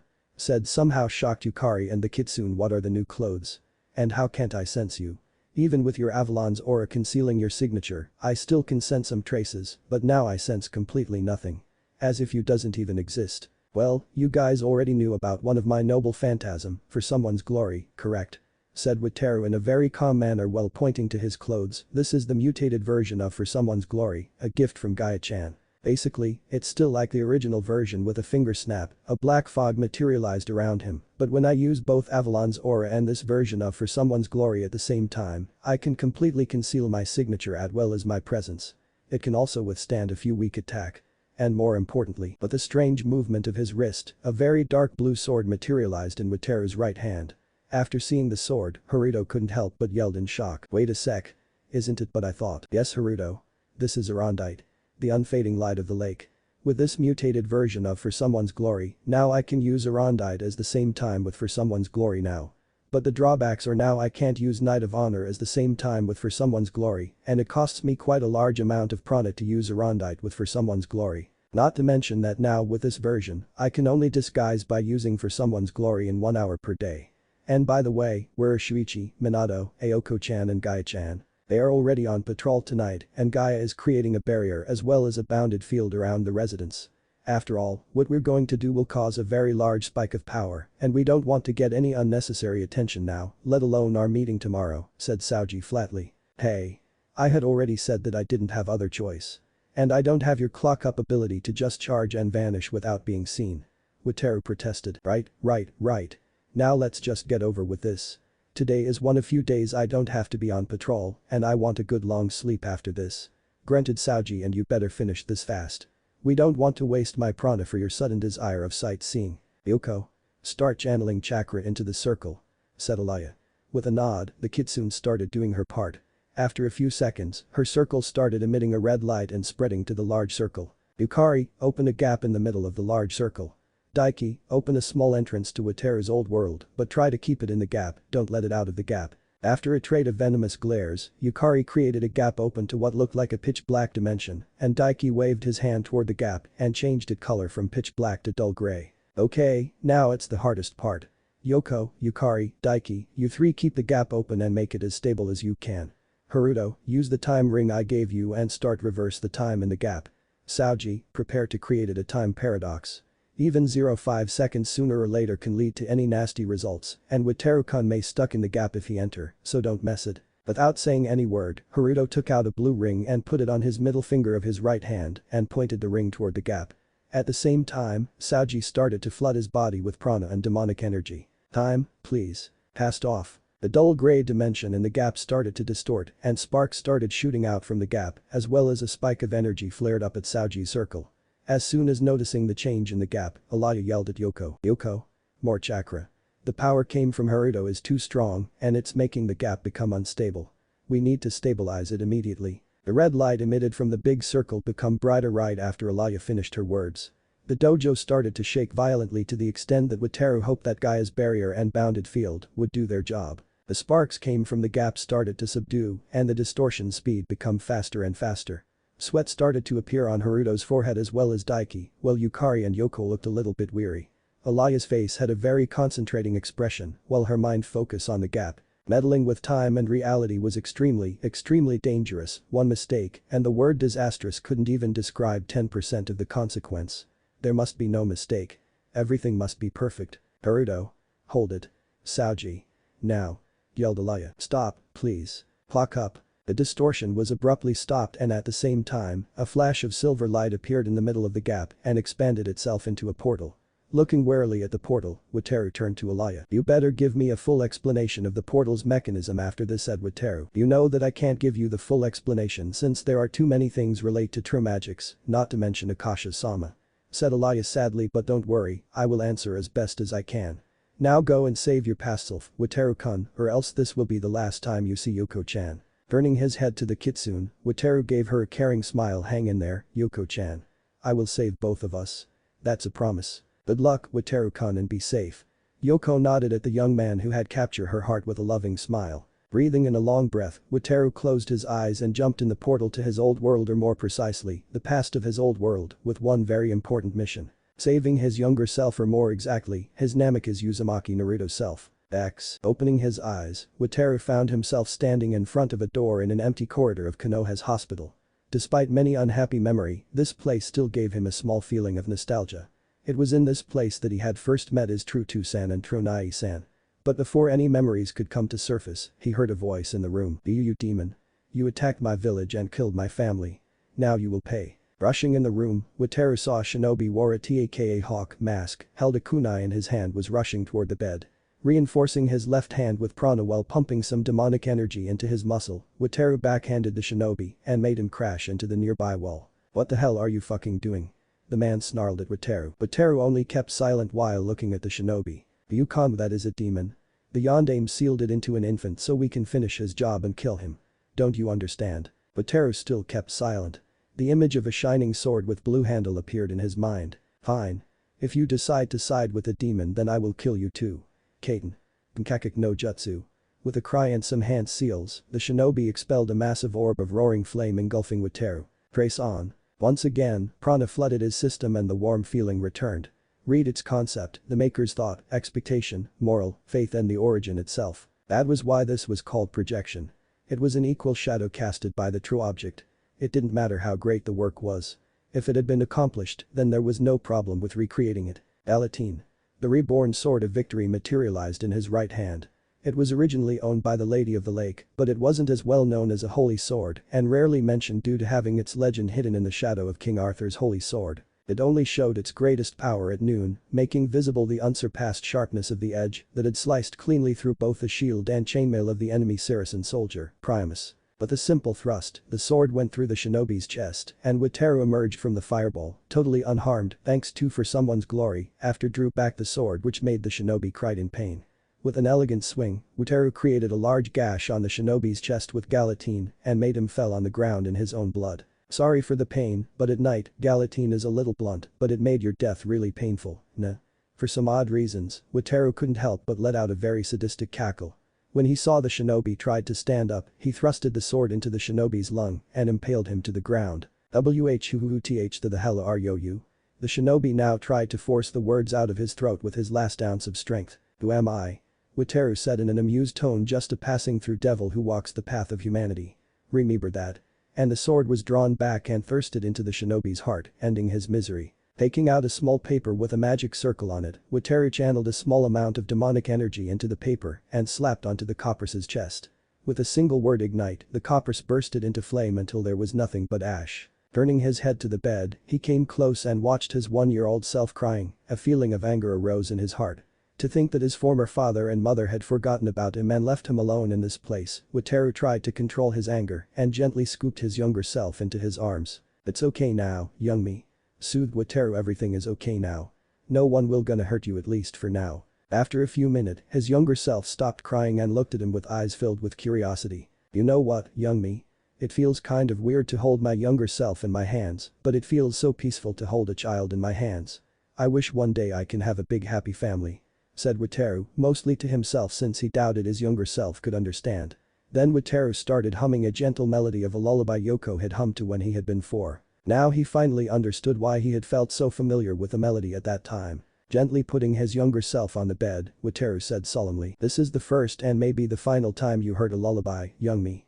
I doubt that our former father and mother would batten at us, even if we were attacked by an angry mob, which will be true in the future, so you should prepare for that." Wataru let out a dry, humorless and painful chuckle. Well then, this is the farewell, young me. And remember, never let your hope fade and never let your soul be bent. Looking one last time at the sleeping form of his younger self, Wataru stepped out, gently closed the door and jumped into the portal with a bitter smile. Namikaze Uzumaki Naruto was saved. And 10 years of hell had just officially beginning. Rias blinked twice. This was the second time she was pulled into this. Right after she put herself on the bed, all of the hope for a peaceful and dreamless sleep just vanished when she found herself standing in what looked like a small 1800s-styled park in a slightly cold evening, along with Akeno, Kaneko and Sona. The difference was there was an addition of her group this time. "Tsubaki? What are you doing here?" said Sona, surprise filled in her voice. "I don't know, Kaichu. Where is this place? And why are Rias-sama and Akeno-san and Kaneko-san here too?" said Sona's queen after taking in the surrounding. "All I can said now is we are in a shared dream, Tsubaki, and no, I have no idea how we get into this. This is the second time we are pulled into this," said Sona. "Second time?" asked a confused Tsubaki. With a shake of her head, Sona said curtly, "I will talk about it later." And then it started snowing. Everyone around them started to leave the park, except some kids still wanted to stay and play with snow until they were dragged away by their parents. The sky kept snowing. "Look, but you. There is still one man left," said Akeno. Looking at the direction Akeno pointed, all of them saw a man who had black hair with some highlight of brown and black eyes sitting on a swing. He wore a suit consisted of a plaid light blue formal jacket, a white shirt, a black tie, black trousers and black shoes. What caught Rias and Sona's attention was a familiar violin case on his lap, and then they noticed that his eyes held a longing gaze, as if he was waiting for someone or something. The sky kept snowing. The man still sat at the swing, the longing gaze was still in his eyes, but there was one more thing on his face now. A sad and bitter smile. "What is he doing?" questioned Akeno. "Waiting for something, or rather someone," said Rias, wondered why she felt quite familiar with the man. The long sigh escaped the man's lips, but the same bitter smile. The man took out a beautiful violin with a line carved into it, which made Tsubaki's eyes widened. "Subi no ninjin wa ongaki desu, all humans are music, haichu." The violin that man is holding is the same violin that belongs to Kurenai-kun, Tsubaki said loudly. This information immediately got everyone's attention, even Kaneko perked up when she heard what Tsubaki had said. "Are you sure about that?" Sona asked her queen skeptically, while Rias narrowed her eyes when she heard Tsubaki added the suffix kun to Wataru's name. 100% Kaichu. Nodded Tsubaki with determination. "All humans are music. It is the same line that was carved into Kurenai-kun's violin, not to mention that violin looks exactly like the violin Kurenai-kun used this noon." "And how do you know?" Akeno's sweat dropped when she saw Rias asked with a dangerous tone while looking at the fellow queen with her evil eyes. Well, you did hear about the rumor about a student played violin in the music room, correct? After getting nods of confirmation, Tsubaki continued, well, that student was Kurenai-kun and I was there when he played and I saw his violin with my own eyes. I am 100% sure that the violin that man is holding and the violin belongs to Kurenai-kun is the same one violin. So before Rias could say anything, the man started to sing with a beautiful voice. Play music. Karakuri Pierrot common piano version 0. Which I was wa Nijikan made at 2 hours after the arranged time of our rendezvous. Hoko nai hitori sor ga kari dizo I was still waiting alone. So that must be your answer. Machiyuku hito nagaru kumo the passers-by on the street and the floating clouds. Okunoka towo azawarateta were laughing at my stupidity. The sky kept snowing. But the man just kept singing without caring about the coldness surrounding him, pouring his mind and emotion into the melody. Sariwa kantonda tatiyo konanda it's so easy and yet so difficult. Midamruka tode me nai susum renoni for I can move on as soon as I accept reality. Shinji renakut shinji taku nakud unable to believe it or not wanting to believe it. Himi no naka to kidobakuwa dakeshi nandesho I must be a clown inside your mind, aren't I? The sky kept snowing. Every word, every note, every tone contained love, the sadness, the sorrow and a very small hint of betrayal. Mawit mawari tsukar ti I spin and spin and am tired of spinning. Aikiga kairte no my breath has run out. Tsukurega kanshi boku no mitsuro da yes, this is the sad end of my fate. Himi nai tadori tsuk namamade I am still unable to reach you. The sky kept snowing. The man just continued singing while caressing the line carved into the violin with his thumb, totally unaware of the audience, now was unconsciously coming near him, not that he could be aware of them anyway. Oku wo nasi chiku wa mawaru the earth, carrying me, spins. Nami no shiranai kashite mawaru with an unconcerned expression, it spins. Ichi bayu de kaku wo tamit for just 1 second, I hold my breath. Nanimo izu tachi suzumu boku and, unable to say anything, I stand still dumbfounded. The sky kept snowing. With the same longing gaze, the man looked to the sky and smiled bitterly. Rias, Akeno, Kaneko, Sona and Shinra could easily feel the distress and the dejection in his tone. Sariwa Guzan de Sashide unmade that it's a coincidence and yet also fate. Shiranai Hauga Ito shit Tanoni for, I knew it'd be better if I didn't try to find out. Furit Shimatano Kimi no Nukimori nai I felt your warmth on my skin. Sono igao de sono shigusa de boku ga kaorit shimao kari your smile and your gestures are going to break me. The sky kept snowing. But Rias and everyone noticed that now there was one more thing started falling. Tears. Tears now were rolling on the man's face, but the man kept singing, despite his voice was now distorted by his crying. Mawit mawari tsukar ti I spin and am tired of spinning. Mawit mawari tsukar ti I spin and am tired of spinning. Aikiga tamaru no my breath is stopping. Aikiga tamaru no my breath is stopping. Kawit yukinoga that things will begin to change. Koi dakanano is a scary thought. Miyameta kokode kimi wamatsu no I quit. I'm not waiting here for you anymore. Okuga kaorit shimao dakita otherwise, I really will end up breaking. Mawit mawari tsukar ti I spin and am tired of spinning. Aikiga tamaru no my breath is stopping. Tsuboku wa kimigan is omupiero da yes, I am the clown that you desire. Kimiga mamanie atsit yo please command me as you wish. The sky kept snowing. The man just silently let his tears fall. Stop music. Although the man had stopped singing, Rias, Akeno, Kaneko, Sona and Tsubaki were still in a daze. The song it was just too beautiful no, even Kaneko could easily saw that the word beautiful couldn't describe half of the nature of the song. So many emotions. So Rias just didn't know what words she could use to describe the song. So much love yet dejection, sorrow and a hint of betrayal was in the song. But then, 2 magic circles, one was dark red while the other was black, appeared on the ground and 2 people emerged from them. The one emerged from the red circle was a 23-year-old man with neck-length auburn hair and brown eyes. He wore a long red trench coat with black clothing underneath, as well as cross leather straps, black combat boots and shoulder guards. On his waist was a long red sword with rapier's hilt. The second one was a man about in his early 30s. He had slightly long messy black hair and black eyes. He was clad in a black formal suit with the exception of a grey shirt, a black tie and a black trench coat. While he looked like he wasn't much a threat, the devil's instinct in Rias and her companion was screaming to make them not come near him. Kurenai-sama both the newcomers bowed their head which made Rias and everyone's eyes widened. Did they just say Kurenai-sama, but you? Asked Akeno. Yes Akeno. I heard it too said Rias. She was also caught off guard by this. So he is a relative of Kurenai-senpai. Kaneko, the only person who hadn't talked anything since the start of the dream, said in her usually monotone voice. Still, Rias and Akeno could detect a hint of curiosity in their petite rock. We can assume so for now. Sona said while pushing her glasses up. But Kurenai wasn't an uncommon name, so maybe it is just only a coincidence. But then their conversation was stopped by the man's voice who sat on the swing. Ah, Ji-kun, Kiri-kun. The man said with a strained smile, what are you two doing here in this lovely night? And what did I tell you about calling me Kurenai-sama? Just call me by my name and drop Sama out of it. After a silent moment, both of them nodded as you wish Toya-sama. Letting out a sigh, Toya opened his mouth, but before he could say anything, the auburn hairman said in anger. That harlot didn't come, did she, Toya-sama? Don't call her like that, Ji-kun. Toya shook his head sternly yet his voice was filled with sadness. To think that harlot and that damn Gremory. Ji-kun continued in rage but was cut off by Toya. Still, the Gremory part didn't go unnoticed by Rias and everyone else. Genesis. Stop calling her like that. Toya said with authority in his voice. But, stop a Genesis. The man standing beside Genesis stopped him and turned to Toya. Toya-sama, please stop waiting. You have waited for nearly 3 hours. She won't come. You know it too, Toya-sama. The sky kept snowing. The silence. Smiling bitterly, Toya took out a photo and stared at it while tears started running anew on his cheeks. The first time I saw her, it felt like I finally found my other half.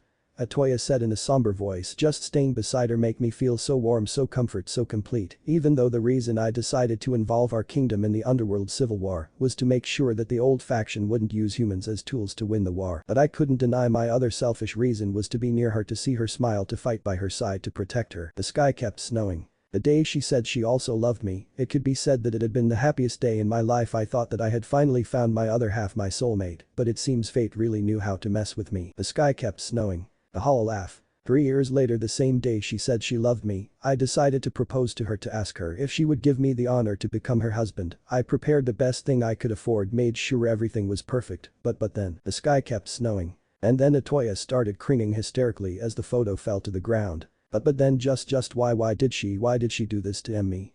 If she didn't love me anymore, then why? Why didn't she just tell me and I would let her go? Even it would be painful. I would never stop her from seeking her happiness. The sky kept snowing. Was our love just a lie? Am I just a Pierrot clown to her? Putting a hand on Genesis's shoulders, who Rias and everyone could easily tell that was shaking with rage, Kiri-kun shook his head. Kiritsugu, no Genesis. That harlot, I swear I will make her pay, growled Genesis. No, Genesis, at least not now. After getting a grunt from the young man, Kiritsugu came near a lifeless Toya who now was staring at the sky with his hollowness-filled eyes, put the violin in the case, helped Toya stand up from the swing, and said in a sad tone. Toya-sama, let's go home. As Kiritsugu finished, 3 magic circles appeared on the ground, and all 3 people vanished. The sky kept snowing. Then the photo lay on the ground, and the footprints were the only thing stayed behind. So, this Toya was dumped by his girlfriend. As usual, Akeno was the one who broke the silence. More like he was betrayed by his girlfriend, snorted Tsubaki. From what we heard, we can only assume so for now, said Sona, but there is one thing confuses me. He said he had involved his kingdom into the underworld civil war. If so, then why haven't I read anything about this? Well, we're in a dream, shrugged Rias. It may be just an imagination. Do you think we would imagine the same thing in the same dream we share? Deadpan Sona. Hardly, admitted Rias, but still, I wonder who this girl was. From what I saw and heard, it seems this Toya was a noble, even can be a king, and it seems he loves this girl with all his heart. Even she betrayed him, but he still loves her, at least to some extent. As if the man who heard her, suddenly a small wind blew the face-down photo toward Ria's group and flipped it up. When they looked at the photo, all 5 of them had the same reaction. They paled. Sona, this is still a dream, right? This is just imagination, right? Whispered Rias. She had to blink a few times as well as shaking her head to make sure what she saw wasn't a hallucination. Yes, this is still a dream, Rias, but from what I read about shared dreams, they sometimes contain truth or half-truth or a hint of future, said Sona. She also had a hard time to believe what she was seeing now. So this is a truth? Asked Kaneko, who was now slightly shaking. I'm not sure, but I hope it isn't, whispered Sona, while Rias as well as her eyes still stared at the person in the photo. The person was a beautiful woman appearing to be in her early 20s, with silver hair and matching eyes. Her hair, which flowed all the way down to her back, featured a long braid on each side with small blue bows at the ends, while the rest was let down, ending in twin braids. It was the person Rias as well as everyone else knew too well. Hell, even if Rias had been impaled by thousands crosses, she would have recognized that face. After all, which devils wouldn't know about the strongest queen or the silver-haired queen of annihilation, the close to become wife of Surzich's Lucifer the Red Satan and Ria's close to become sister-in-law, Raphia Lucifuge. And then the scene changed. Swords. Swords were the first things they saw when the scene around them finished changing. The scene in front of their eyes now changed into an endless grass field, bathed in the sunset light with many swords anchored in the ground like grave markers. What is this place? It's so beautiful, said Rias breathlessly. After a few minutes to take in the scenery, Akeno found a new surprise. But you?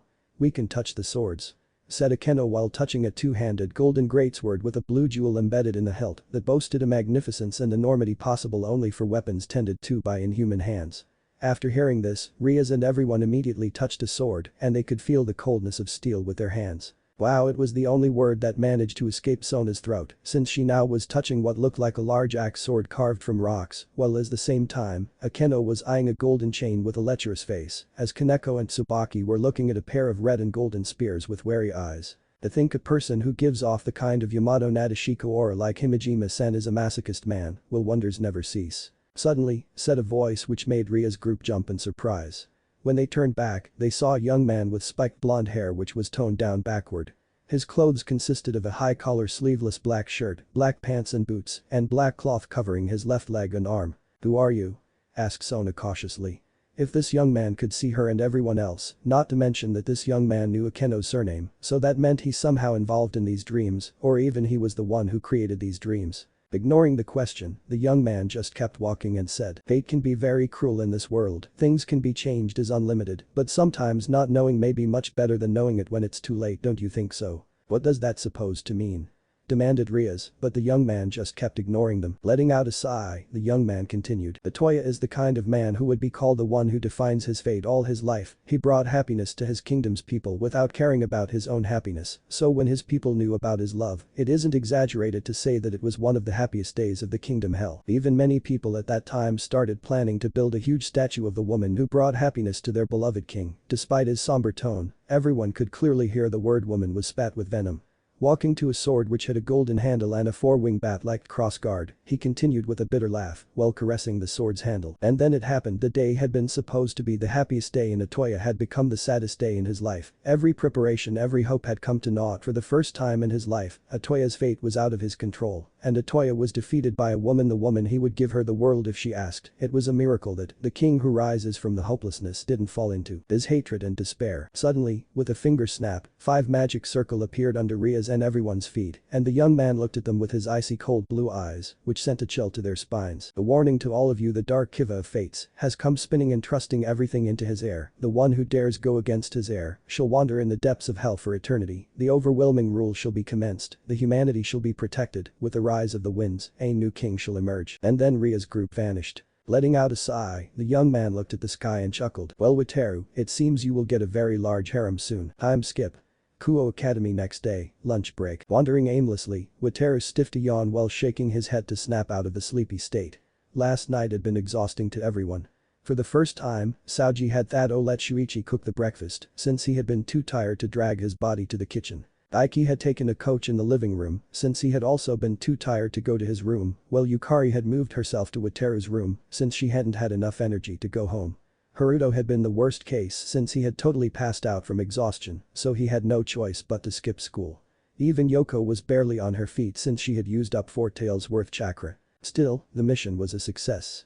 Wateru's past self had been saved just to endure the 10 years of hell. Shaking his head, Wateru's mind wandered to the moment when Alaya told him the mechanism of the portal. Flashback. "First of all, you had already known that chakra was used to stabilize the circle, nah?" After getting a nod of confirmation, Alaya continued, "Now there are 2 reasons why I need both Daiki and Yukari in opening a portal. 1. Daiki's power while can help us travel from worlds to worlds, but his power isn't second magic since he can only come to certain alternative worlds, and the place in the world he arrive is always random, except he had come to that place before. 2. Yukari's power while connecting to worlds, but her power belongs to the barrier's domain, not to mention that she can only travel to worlds that have connection to her homeworld Jinsakyo, but her power over gaps gives us what Daiki don't have. With a gap, the traveler can travel to specific places the traveler want. So in short, you use both Daiki and Yukari-chan's ability to create something similar to second magic, right?" concluded Wateru with a frown. "But what about Haruto's and Saoji's part?" Haruto's part was to create an inferior replica of fifth magic. Fifth magic? Are you kidding me? Exploded Wataru while Alaya just kept silent. Do you know how dangerous it is? Did you try to kill Haruto? Please calm down, Wataru-kun. I didn't try to kill Haruto. Said Alaya. The time ring I lent Haruto is a mystic code I took from an alternative Haruto in another world. That ring can help him utilize an inferior version, or more like a small fragment, of fifth magic. As you know, time isn't something can be simply rewinded as one's wish. No matter how much time you rewind, the time will still be there until it is spent. If there is no other place to put the amount of time you rewinded, eventually after the rewinded time is spent, everything will still become the same. During the activation, the amount of time Haruto rewind will be transferred to the ring. If you noticed, you would see that the ring's power was very, very dull. This was the result of 2 previous times the alternative Haruto used. Eventually, the ring would soon crumble to dust. Taking in a few breaths to calm his mind, Wataru asked in Saoji. Saoji's part was to create a time paradox with his clock-up ability. At the moment, you are spending the time in this world in the present. The time in your old world had been already spent long ago, which means the timeline in the past had settled. So in order to change it, we need a blank space in the timeline to put a change in it so the timeline can be changed. But like an equation. One small condition is added or removed and the equation will have to be recalculated. Since clock-up's power was in fact time manipulation, it can create a time paradox if it meets some certain conditions. The time paradox is the blank space we need. That is all I can say. Flashback end. Kuku. Wataru's train of thought was halted to stop by some perverse giggles. Twitching his eyebrow in annoyance, Wataru turned his head to the source. In the bushes near the girls' locker room's window, their humanoid figures were hiding in it and Wataru immediately recognized them. The first one was a perverted self-proclaimed lolicon and was a former jock and school sports star, which Wataru suspected highly. His earned nicknames included Perverted Baldy and the Sexual Harassment Paparazzi. He was better known as Mitsuda. The second one was a pervert who claimed to have the ability to calculate a female's body measurements just by looking. His own nicknames included Perverted Glasses and the 3 Sizes Scouter. He was known as Motohama. And the final one was a good-for-nothing pervert who was known for his total obsession with the female body, most particularly their dotty was known as Haidu Issei. The pervert trio sighed Wataru while thinking inwardly, damn it. These guys are no better than my damn so-called toad godfather. No, scratch that, they are worse, double damn it. Well, I understand that everyone is pervert, but come on, what these guys do aren't just perverted. It's sexual harassment. Triple damn it. Now how to deal with them? Achoo. Damn, it must be some pretty babes are talking about me. Where are all of them? Giggling a certain silver hair pervert as he turned back to his peeping hole. Suddenly, a large amount of Kai slammed into his back. Turning around, he saw a large group of angry Kanachi, weapons in their hands as they emitted an aura that spelt only one thing. Death. Run like a scared bitch jutsu. Yelled the pervert as he tried to find an escape route to save his skin. Unfortunately, the horde of angry women had already cut the only escape route and they started beating the light out of him. Iritsubasa wasn't having a good day. This morning when she and Momo came to the student council room, everything was a mess. It took nearly 30 minutes to clean and rearrange everything.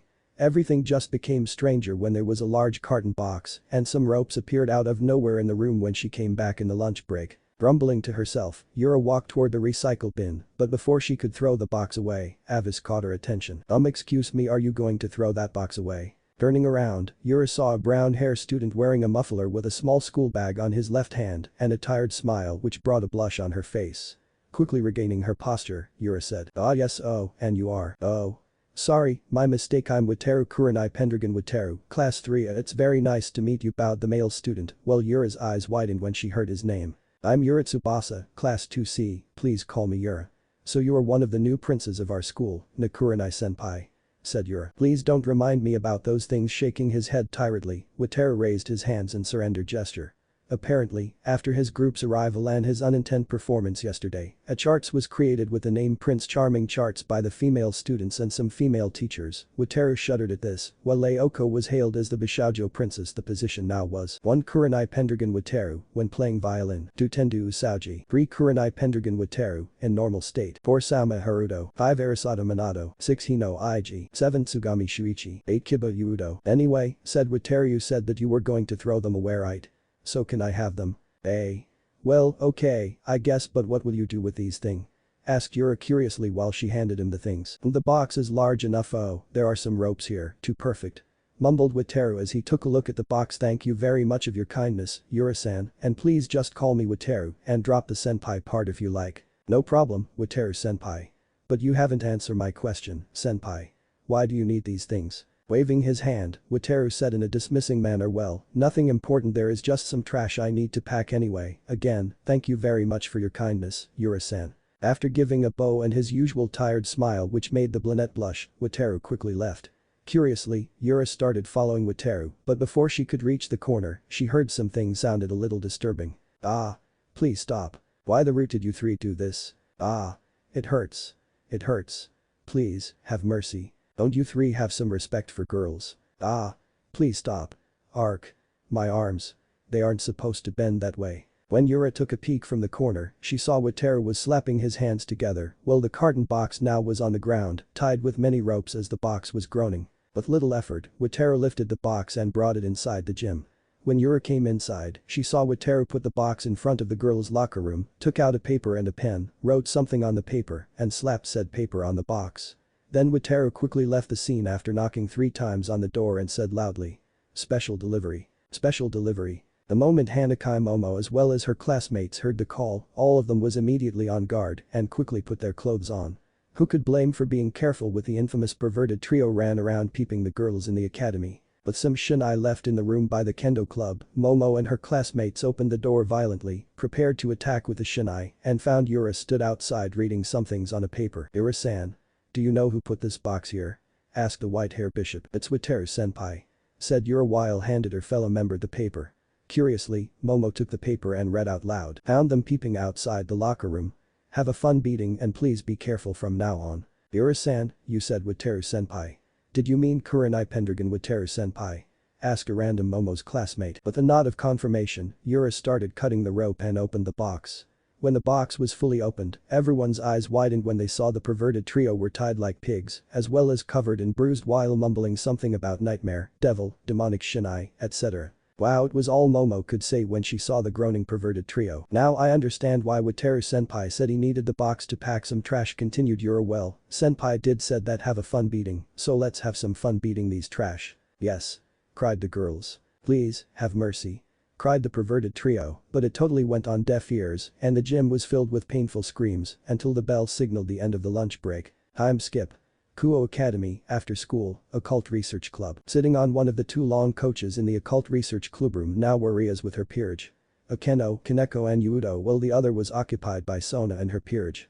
Except Rias, Akeno, Kaneko, Sona and Shinra, everyone was curious about the meeting. Biting her lower lip, Rias thought back the conversation between her with everyone else participating in the shared dream. Flashback. So we all agree that we will keep these dreams secret? Asked Sona as she quirked her left eyebrow at the president of the occult research club. It doesn't sound like you one bit, Rias. I know, said Rias tiredly, but you did said that it was possible that the blonde man we had met in the dream might be the one who created the dreams and sent them to us, and we have nothing to test them if they are true or not. Honestly, I hope they are wrong. Nodding her head, Sona continued now about the stray devil, which group will take it down. Mine or yours? Apparently, there is still no sign of it the area, so we can discuss it in a later time. For now, let's just focus on the meeting this afternoon. Flashback ended. Click. The sound of the opening door snapped Rias out of her thought.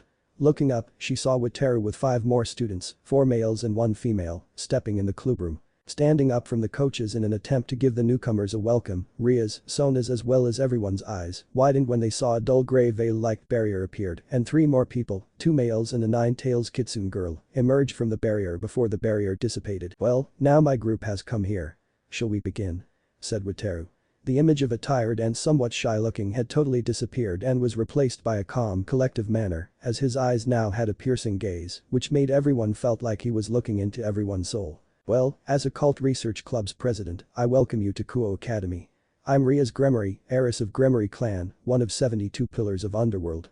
These are my peerage member Himejima Akeno, Tauju Kaneko and Kiba Udo.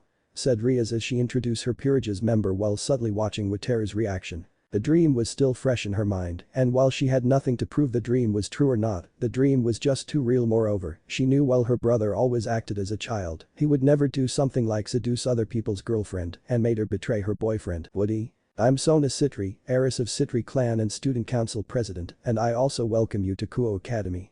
This is my vice president Shinra Tsubaki, the white hair is Hanakai Momo, the one with 2 short braids is Kusaka Ria, the reddish-brown hair one is Meguri Tomo, the brown hair girl with twin pigtails is Nomura Ruko, and the blue hair one is Yuritsu Babsa. All of us are student council's member. I see, said Wataru plainly. Well then, I guess it's our turn. I'm Wataru Kurenai Pendragon Wataru, Class 3A. Your turn, Saoji. Pointing at the ceiling, Saoji began his usual introduction. My Abachan said. Walking the path of heaven, the man who will rule everything. I'm Tendu Saoji, Class 3B. Arisato Minato, Class 3C, said the silent blue hair boy. Saoma Haruto, Class 3C. Dino Iji, Class 3F. It's nice to meet you guys. Tsugami Shuichi, Class 3F. Ido Daiki, Treasure Hunter. Azaki Aoko, Class 2D. Yoko. Kurenai Yoko said the nine-tails kitsune, which made everyone's eyes, except Wataru's group, widened. What do you mean Kurenai? Growled Rias dangerously while she gave the kitsune her evil gaze as Akeno, Sona, Tsubaki, Yura, Momo and surprisingly Tomo narrowed their eyes. Shaking his head tiredly, Wataru clapped his hands to get everyone's attention. Okay, that's enough, Yoko-chan. Now, before I answer any questions from you as well as your group, remember two things. First of all, everything we will say stay in this room, no one else will know about this meeting. Finally, equivalent exchange. One question from all of you trade for one question from my group. When I don't have anything else to ask, this meeting is over. No more question. Despite the tired way Wataru said, the way he said held a lot of authority which made Rias and Sona felt like they was sitting in front of a king, not to mention it left no room for any protests and bargains. Fair enough, nodded Sona. Wataru wasn't stupid. Easy to trust other people. Yes, he blamed Iji for that. But stupid? No. He knew too well that when he had offered this meeting, he had accepted to play a risky game. High-class devil like Rias and Sona were very dangerous when it came to negotiation, bargains and, to some extent, interrogation. By imitating the way his 2-cent had used to say every time his 2-cent acted as a judge in the courtroom in the past, his speech now had much more weights, and now he had a chance to make the meeting go in his favor, not to mention an escape route if things turned bad. Now, it was the time to test what he had learned from Kirinai-san and his Ka-san in interrogation, negotiation and diplomacy. Fine, grumbled Rias. But before any questions could be asked, Akeno came out with a tray full of cups of tea, as well as many refreshments for the guest. Wow, it's delicious. Praised Wataru after taking a sip from his cup. Fufufu, thank you very much Wataru-kun.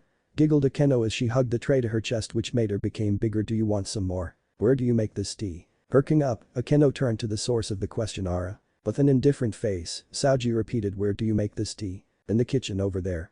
Why do you want to know that? Do you want to know the ingredients of my tea? Asked Akeno as she tilted her head slightly. Without any words, Saoji rolled his sleeves up and walked into the kitchen, and 5 minutes later, a pot of tea was put on the table by Saoji. When Saoji started pouring the tea, a wonderful smell started spreading in the clubroom. The moment when Rias took a sip from Saoji's tea, she felt an explosion in her mouth.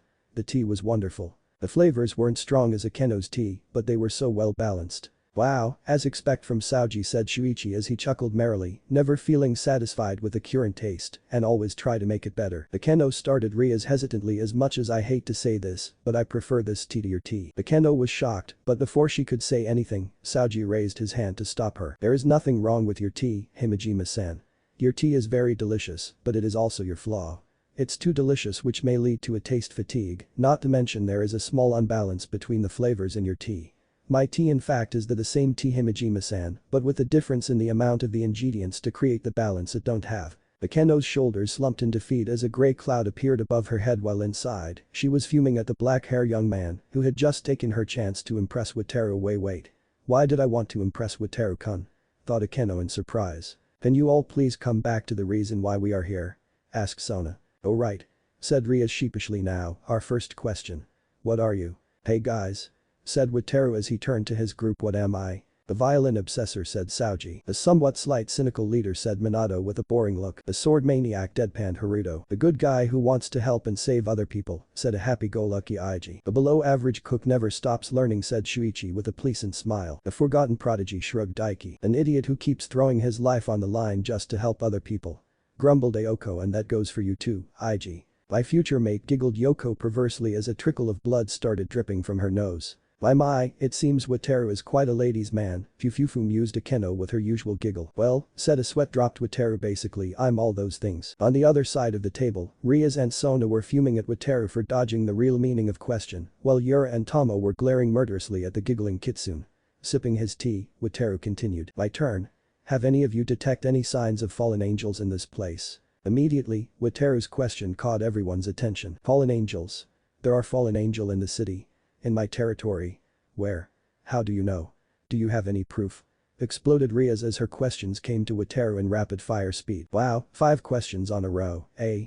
It seems I can ask you 5 questions in my next turn, said Wataru amusingly, as Rias realized that her outburst had just made the meeting go in Wataru's favor. Anyway, to answer your question, Rias-san. Firstly, yes, fallen angel. Still, I didn't say there were fallen angel in this place. The reason I asked was because last night, Minato had found traces of fallen angels near a bridge in the north of the city. We are not sure if the fallen angels are still here or nor since the traces Minato had found was cold, at least nearly a week before our arrival in the city.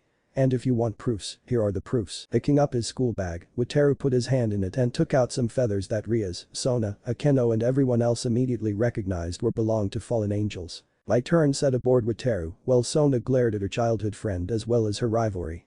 If Rias hadn't let out that outburst, they wouldn't have been in this disadvantage. From now on, she would be in charge in this meeting. No, it was more like an interrogation now. First question. Except Rias and Sona, who in this room are reincarnated devils? All of them are reincarnate devils, said Sona. From the way Wataru had just said, Sona assumed that Wataru knew about the evil pieces system quite well. Second and third question. From what I know, this academy is backed by the Gremory clan, I presume. And Rias, does your brother, the Crimson Satan, have any connections to this academy? For a brief moment, Wataru lost control of his emotion as he let a very small hint of venom laced into his voice when he mentioned the damn Gremory who had a hand in breaking his 2-cents heart. Luckily, it went unnoticed by everyone except Wataru's comrades, but the straight face while keeping her emotion in check as well as trying to keep the curiosity of how Wataru knew her brother and why he would want to know if her brother had connections to this academy or not stay still, Rias replied. Yes, my father, Lord Gremory, is the administrator of the academy. About my brother, he is a member of the directorate of this academy. Fourth question. Rias-san, who is in that room? Said Wataru as he pointed to the door which had many seals applied to it. How the hell did he know about Gasper? This Wataru is much more powerful than what I assume if he can detect Gasper's presence in the room, despite so many seals applied to the room. Cried Rias inwardly while Sona could only sigh. Wataru had been totally controlling the flow of the meeting since the moment Rias let out her outburst. Now Wataru just needed to direct his questions at Rias, who might have some knowledge about negotiation, but clearly wasn't the person for these kind of meeting due to her lack of experience. Looking back at the waiting Wataru, she could easily saw a calm, collective and intelligent young man, as his aura and posture created an air of confidence around him, not to mention he looked quite handsome in her opinion. Wait, what? No. Bad Sona. Blushed Sona as she tried to push her thought away. Now you must focus, not I humping him. Still he looked like an ideal husband. Focus, Sona. In that room is another member of my peerage, Rias replied. Snapped Sona back to the meeting. He had some issues with controlling his power, so we decide to seal him away for the time being. Narrowed his eyes, Wataru let out a curt answer. I see. Well then, my fifth question. Suddenly, the temperature in the room dropped a few degrees as Wataru's brown eyes changed into a crimson color. With a malice-filled demonic voice, Wataru said, answer me truthfully, have you harmed any innocent humans? Just a brief moment, Rias, Sona and everyone else swore they thought they had just seen a silhouette of a demon in golden armor with red bat wings-like face behind Wataru, but just a blink of eyes, there was nothing. His aura now changed from calming to demonic as the air felt like it had thinned, making it hard to breathe, while gravity seemed triple, and a massive killing intent flooded the room. His aura was the kind of aura that screamed ultimate ruler. Struggling to regain her breath as well as her posture, Sona forced the words out of her dry throat. No, we haven't, at least intentionally. After the underworld civil war, there are new laws that prevent devils from exaggerating the price of the request, as well as attacking and killing human without reasons. The corner of Wataru's lips twisted into an almost unnoticeable smirk. After a silent minute that felt like eternity to Rias and Sona's group, the pressure and Kai gradually dissipated as the air and temperature returned to normal, which made everyone breathe a long sigh they didn't know they had held. But our meeting is over now, we will take our leave. EVERYONE- Wataru's group, even Sona who had foreseen this, was caught off guard by Wataru's statement as the dull grey veil-like barrier appeared when Wataru's group stood up. While Rias stuttered, I had already said. When I don't have anything else to ask, the meeting is over. No more question. Said Wataru in monotone voice. I have answered your questions as well as you have answered mine. We have the information we need now, so no need to drag on this meeting.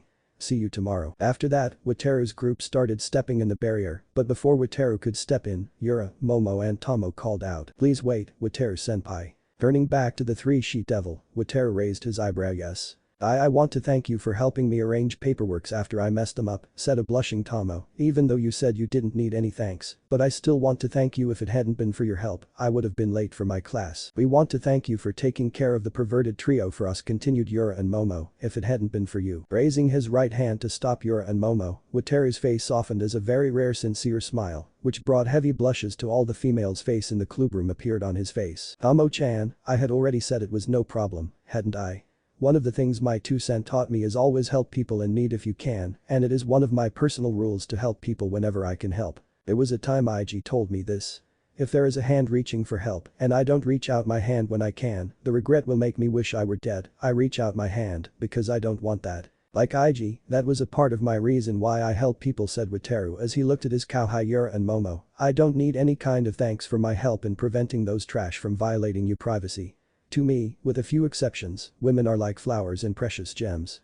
If you care for them, they will bloom and make the world become beautiful with their beauty. Before the blushes on the female after seeing Wataru's sincere smile could disappear, their blushes grew tenfold after Wataru's speech was registered by everyone in the clubroom. Even Kaneko now had a large tink of pink on her cheeks, while Rias started shooting out steam from her ears literally. Well then, it's time I go home now, said Wataru. Oh, and by the way, in case you want to find a stray devil named Razkasa, you should check the southern part of the city. And if you guys are interested in a free dinner at my place tomorrow, tell me, okay? Ara, is that an invitation? You sure are bold, Wataru-kun giggled Akeno. Well, you could see it like that.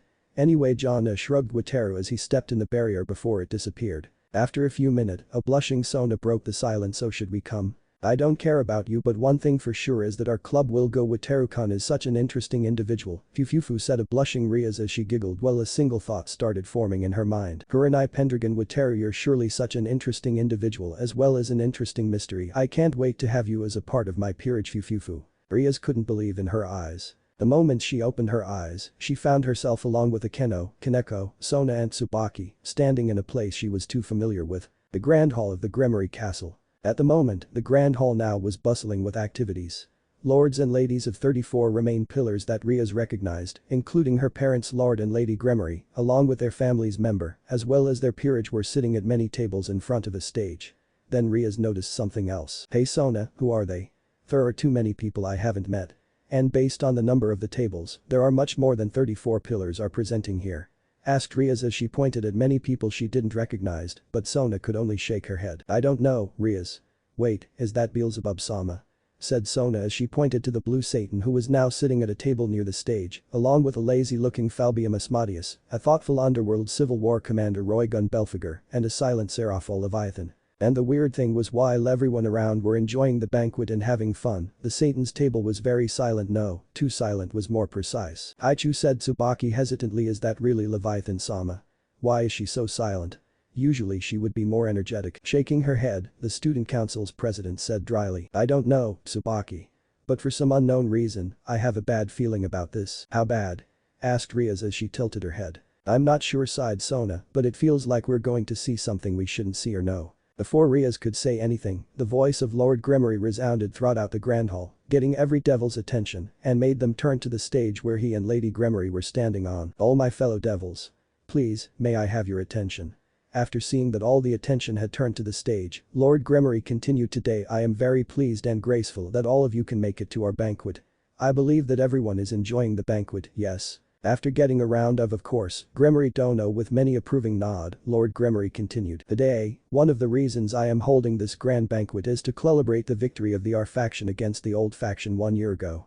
Even with many losses after the Great War with Heaven, we still won the war against the old faction, and the most important thing are the 72 pillars still remains, and a new era is brought to the underworld.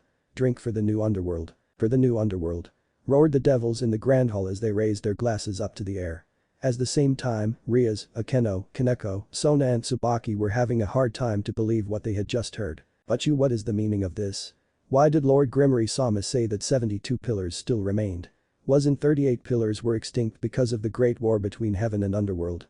Said a shocked Akeno as she couldn't believe what Lord Gremory had said. If what Lord Gremory had said was true, then why?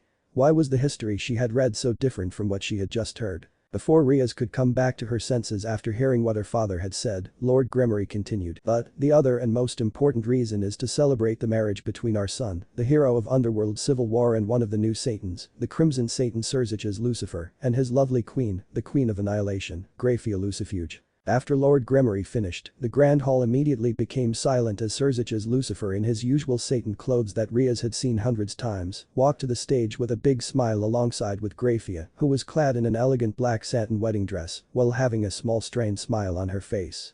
And then it hit her. Wait a sec.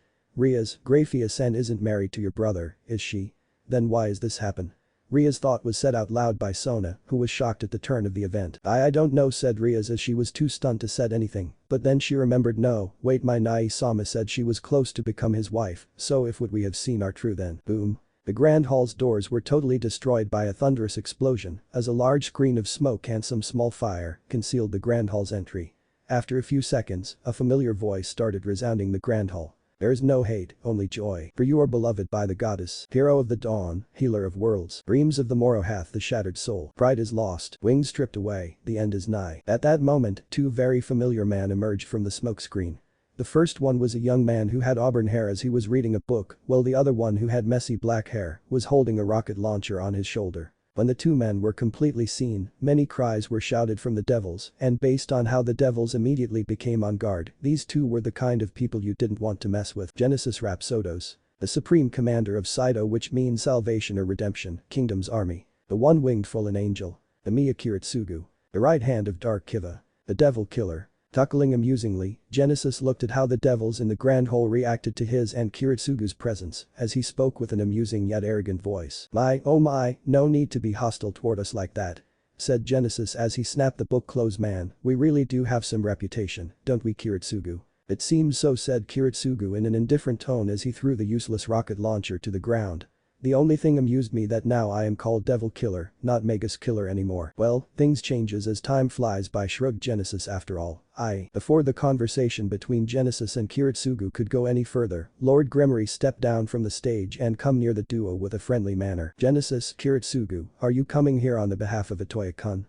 If you do, then it's unnecessary to destroy the gate. Before Lord Gremory could finish, Genesis's cyan blue eyes changed to crimson as he glared at Ria's father, while emitting a very large amount of killing intent, which made Lord Gremory, as well as everyone else, involuntarily took a step back as Lord Gremory flinched. It's Rhapsodos and Emiya to you, old fart. Snarled Genesis venomously, and don't you dare to call our king a Toya-kun. It's Dark Kiva or Kuranai-sama to you, as you no longer have the right to call him by his name. For your question, no.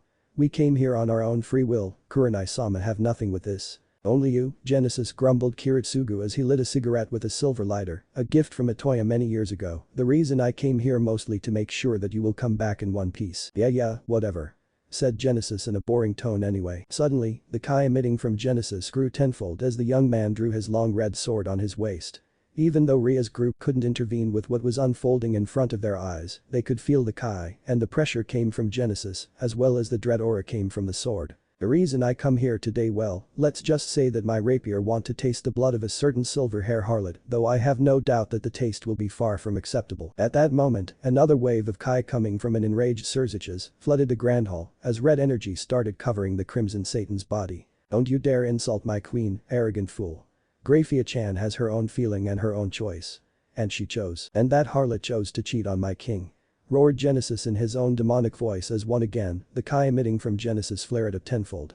If there had been any lesser devils hadn't fainted from seeing Surzich's power display, they would have now. Even Ria's group now was having a hard time breathing because of the pressure came from the man in red coat, while Kaneko was shaking like a leaf as she hid behind a keno. Still, the cheating part didn't escape Ria's as well as everyone's ears. And you, Surzich's Gremory, the so-called best friend of my king, growled Genesis as some flames started flickering in his left hand. Despite knowing that damn harlot was in a relationship with my king, you still jumped in and had an affair with her. Gremory clan is known for being passionate toward their servants. What a pathetic reason to have an affair with your supposed best friend's girlfriend. The accusation seemed to hit Surzich's heart as his head bowed down slightly whilst his hair shadowed his eyes, which made his reaction become unreadable. At that moment, Ria's mother, Lady Venelana Gremory, decided to step in an attempt to defuse the tense situation, as well as prevent a fight from breaking out. The super devil Surziches might be, but with the Saito Kingdom's supreme commander as her son's opponent, not to mention the devil killer who was smoking in ignorance, but she knew that Kiritsugu was still keeping attention on everything around him, the fight would be disastrous, and there was no guarantee that her son would come out victory. No, Rapsodos Dono, please calm down. Surely we can solve. However, before Lady Gremory could finish, another huge wave of Kai hit both her and Lord Gremory hard and made them step back in fright, but this time, the Kai came from Kiritsugu, who just threw the remain of the cancer stick to the ground and put it out with his shoe. Calm down. Solve. Said Kiritsugu in an emotionless yet sharp voice. You said calm down and solve. Like how you solved with Kurenai-sama. What are you talking about? Kai no, Emiya dono?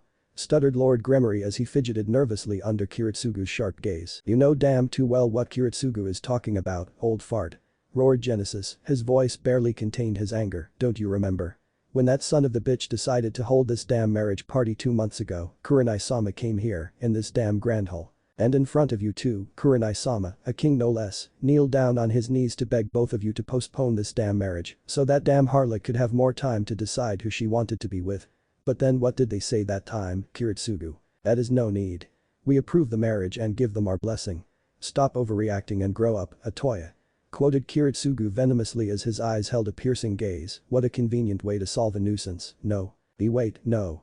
I mean, squirmed Lord Gremory, but he was interrupted by Genesis. Save your breath, old fart, sneered Genesis as he pointed his rapier at a pale Graia. Come back to the reason I come here. You, Graia, the harlot who's responsible for all of this, now will pay for what you did, right here, right now. To think Kiritsugu's and my lieutenant, Kanzaki Kazuma and Kido Shinji, sacrificed their lives to save a harlot like you. Damn, talked about meaningless deaths. Wait, Genesis. Calm down. There is no need to be hostile like that. Interjected Fabian Asmodeus. Please stop, G-Tan. Kiri-Tan, please do something. Pleaded Seraphil.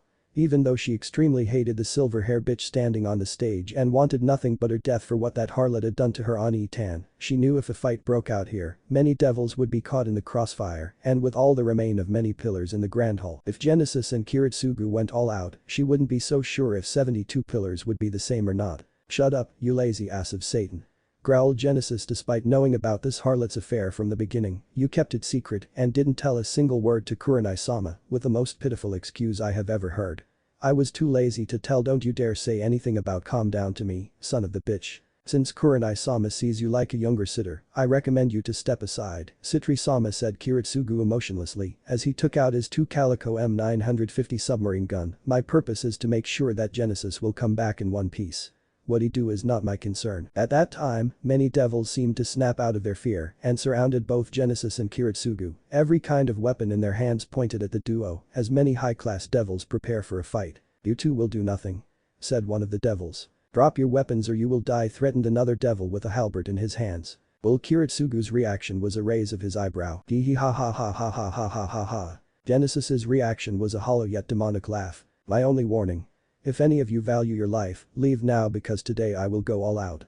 Or else standing in my way and you won't have a chance to see tomorrow. Even though Genesis's threat did its work efficiently, judging from the tense reaction of many devils, none of the devil retreated or backed off, which was understandable to Ria's group. Most of the devils surrounding the duo were peerage's members, so their responsibility was protecting their king, while with the high-class devils, their pride refused to let them back off, especially when Kiritsugu and Genesis were outnumbered with the odds 2 against hundreds. So you have made your choice, said Genesis ominously. Well then. But the swift movement of Genesis's left arm, a large black bird wing was unfurled from his left shoulder, which earned many gasps from the devils, as well as from Ria's group. The fallen angel's wing, muttered Akeno as she was so shocked.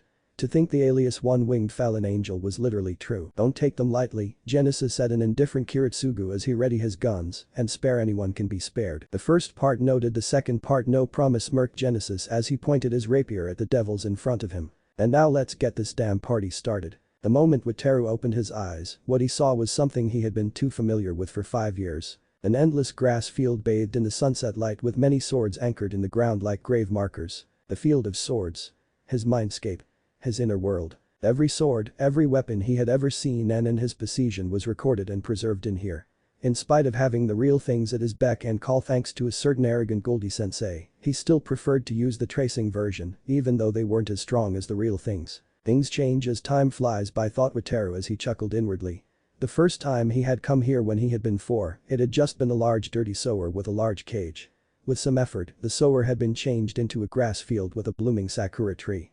And now, the sakura tree was replaced by his weapons. Infinite in mystery is the gift of the goddess. We seek it thus, and take it to the sky. Ripples form on the water surface. The wandering soul know no rest. And a certain annoying blonde. Walking in a calm manner to the source of the voice, Wataru saw the same young man appearing in the dream of Ria's group, sitting comfortably on his sofa as he was reading the same book Jinai-san had always carried with him. Loveless, Act 1, said Wataru in boring tone. Smirking amusingly, the blond man snapped the book close and stood up from the sofa as the sofa disintegrated into the air. You still remember Naruto, said the blonde ominously. How can I not when it was beaten into my head? Fishcake smirked Wataru as he tapped his temple with his forefinger. How many times did I tell you, stop calling me Fishcake, you sword maniac.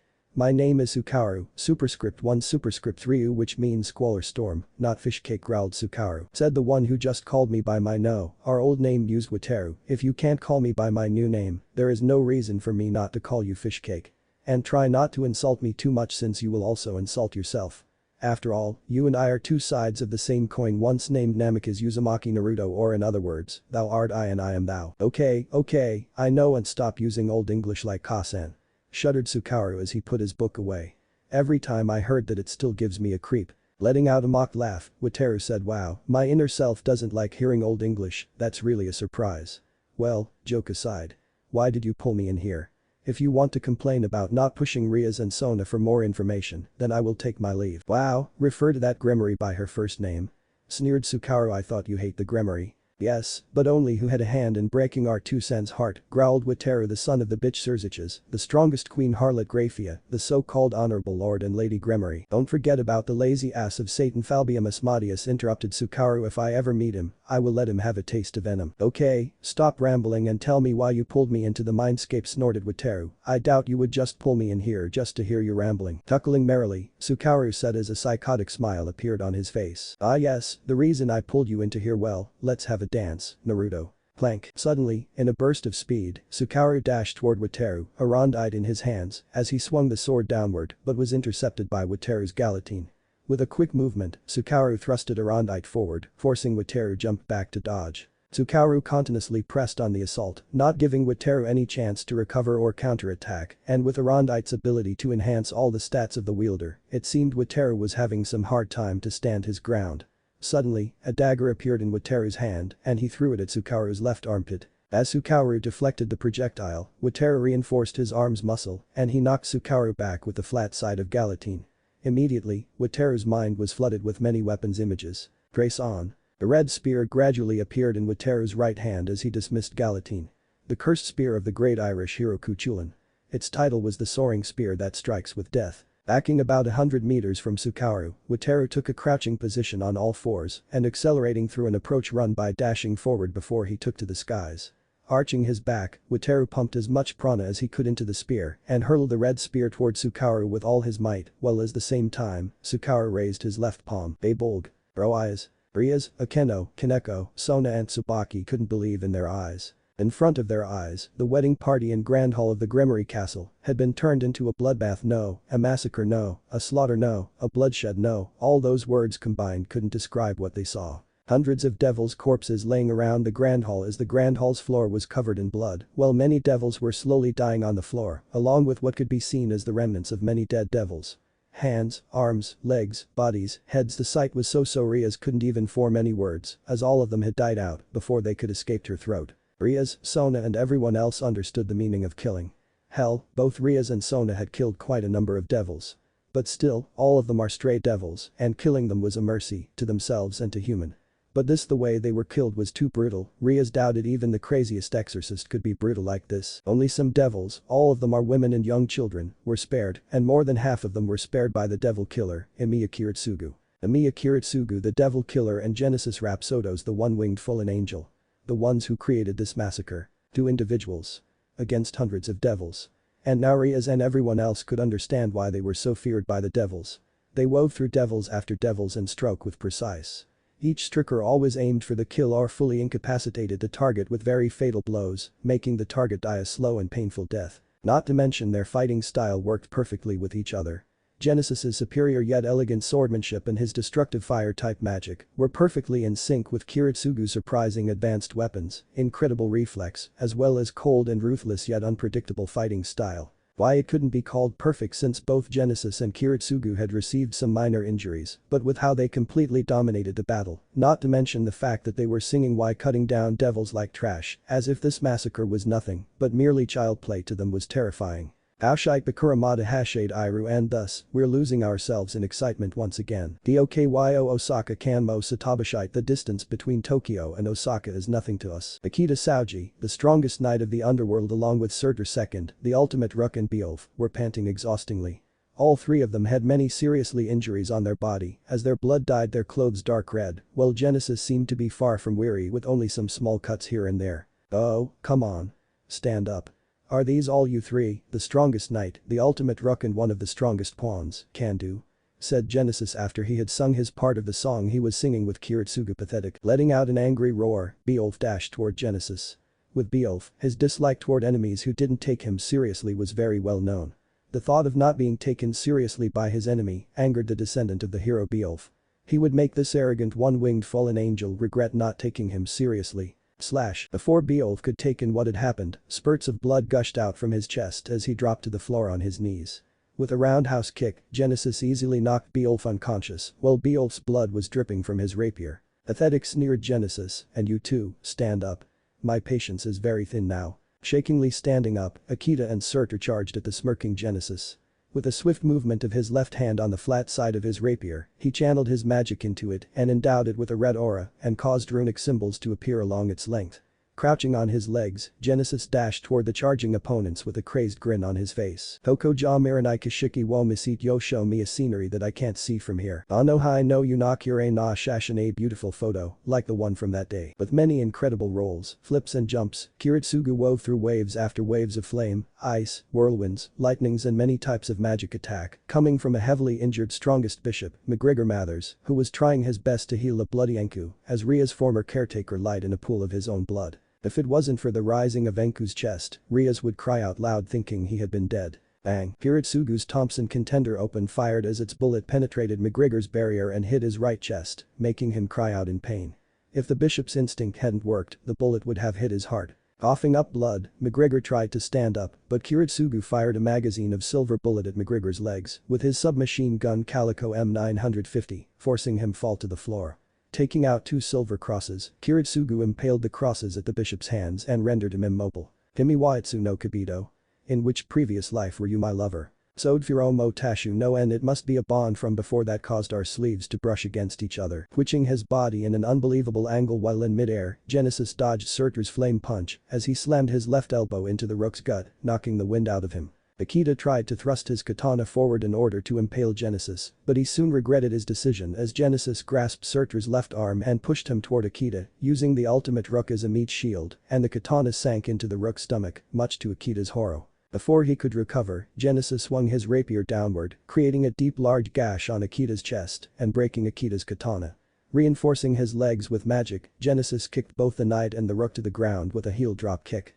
As both Surzich's servants touched the ground, feathers were shot out from Genesis's wing and impaled both Akita and Surtur to the floor. Landing next to an indifferent Kiritsugu, Genesis smirked. So how many clans will be extincted after our wedding crash? If my estimate is right, I would say about half of the 72 pillars, maybe more, said Kiritsugu in a cold tone that sent chills to Ria's spine. Suddenly, Genesis tilted his head to the right as he narrowly dodged a dark red energy ball came from a very enraged Surzich's. First you came here and you wrecked my wedding party, and you killed so many devils as well as badly injured my servants and my peerage's members on the name on Surzich's Gremory. I will make you pay for what you have done.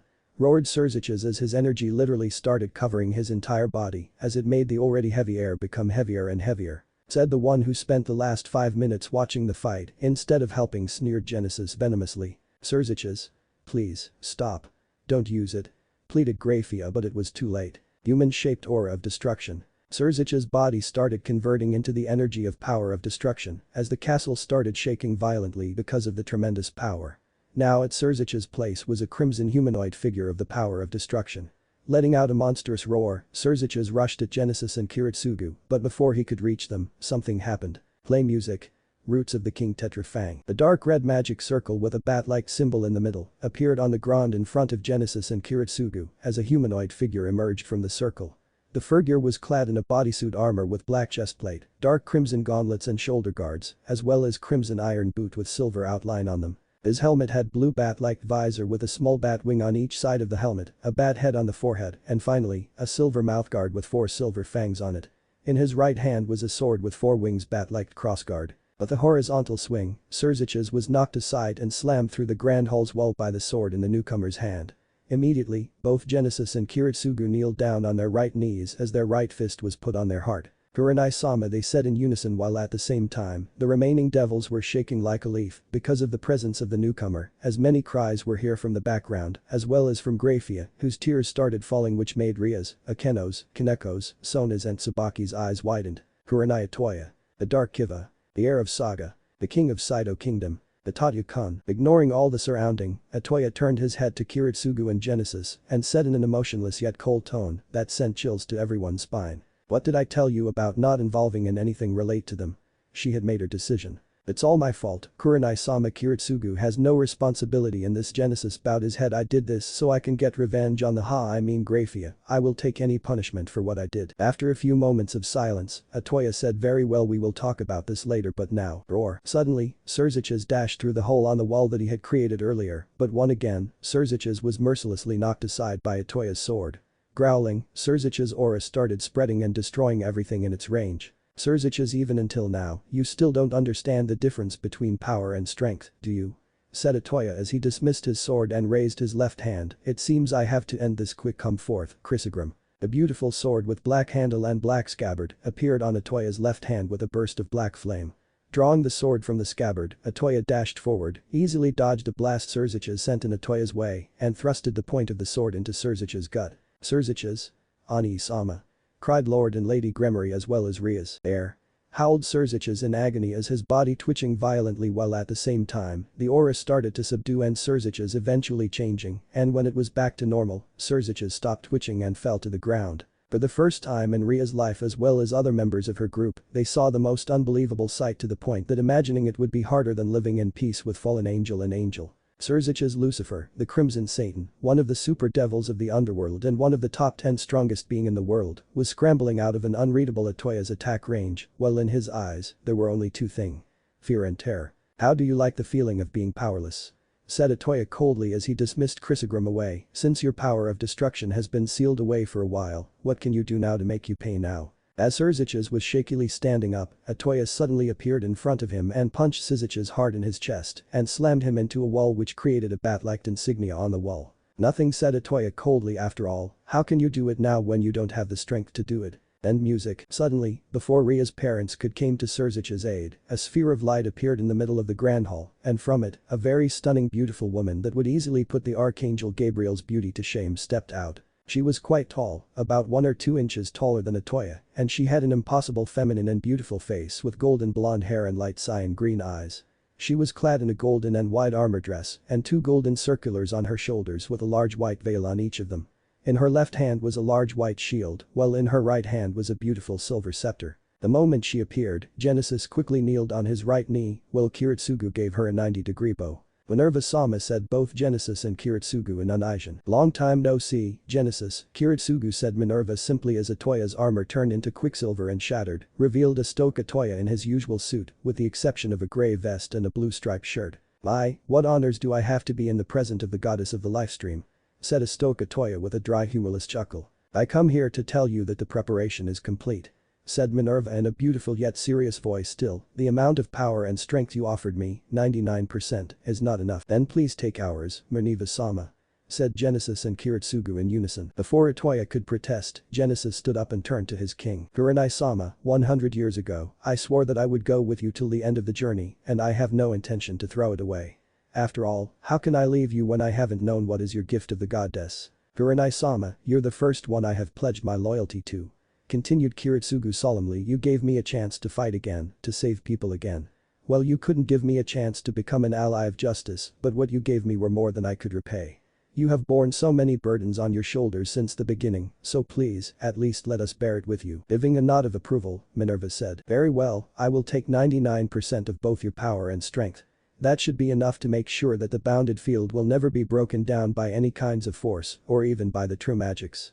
Said Minerva. Now the only things need to be done is a formal announcement and the price for my help. Without any other words, the sword with 4 wings bat-like crossguard one again, appeared in Toya's right hand.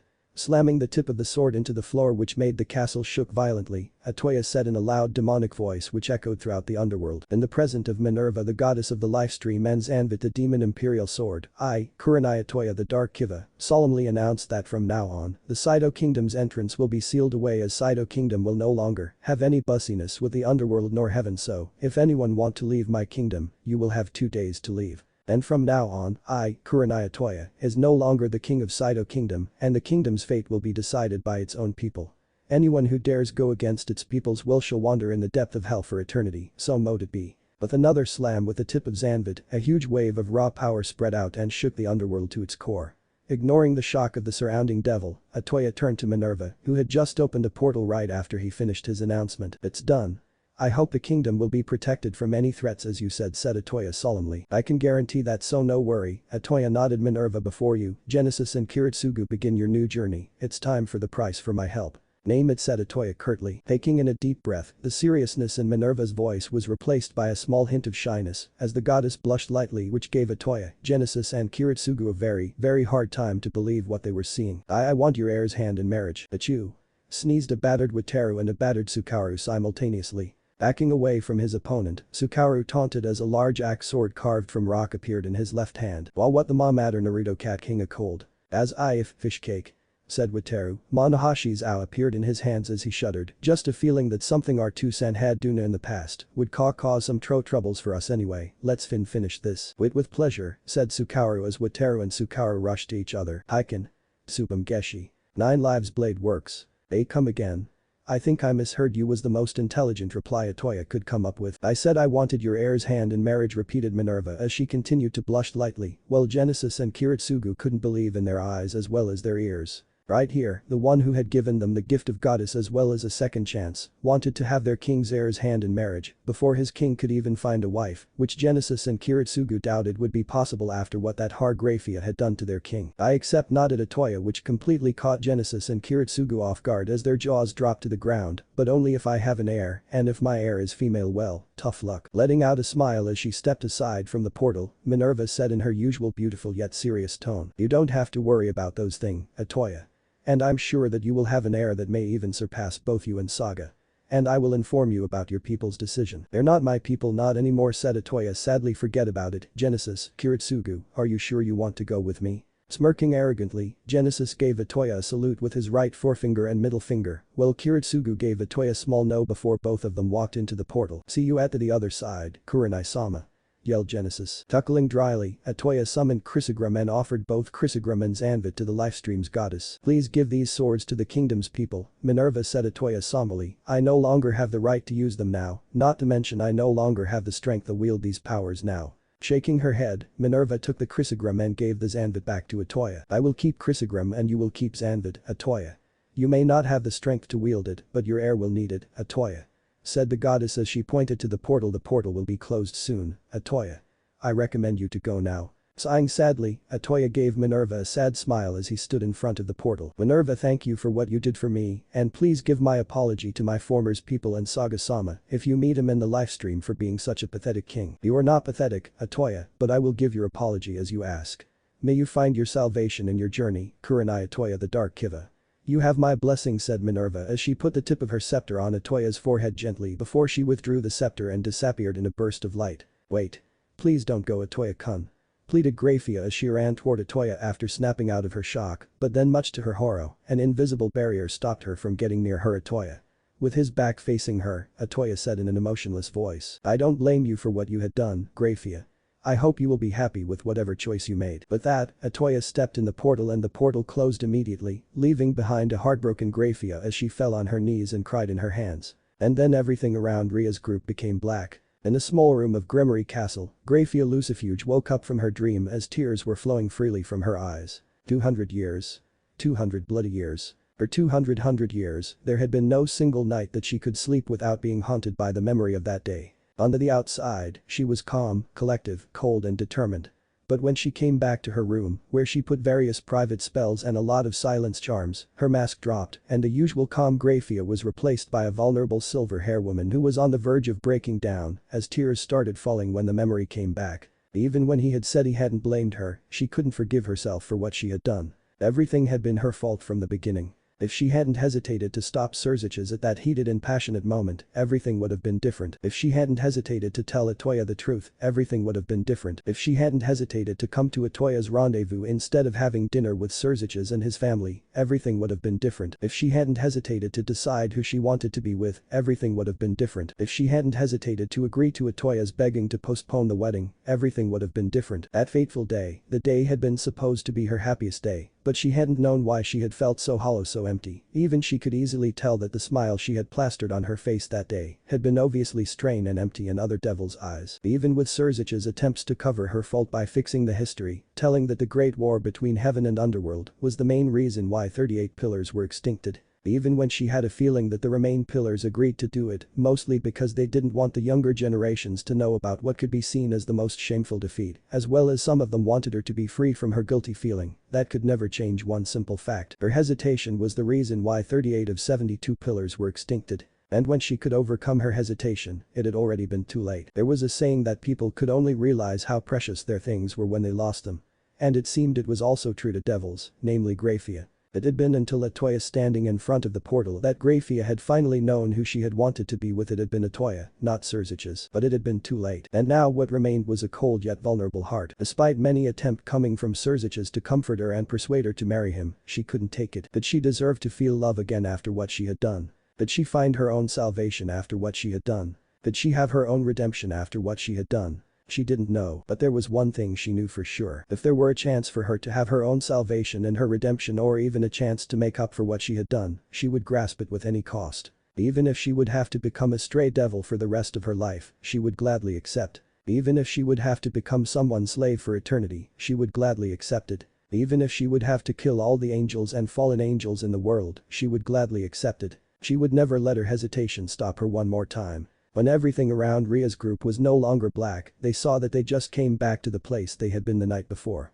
The field of swords. Suddenly, Sukaru's voice once again made Rias and everyone else jump. You again?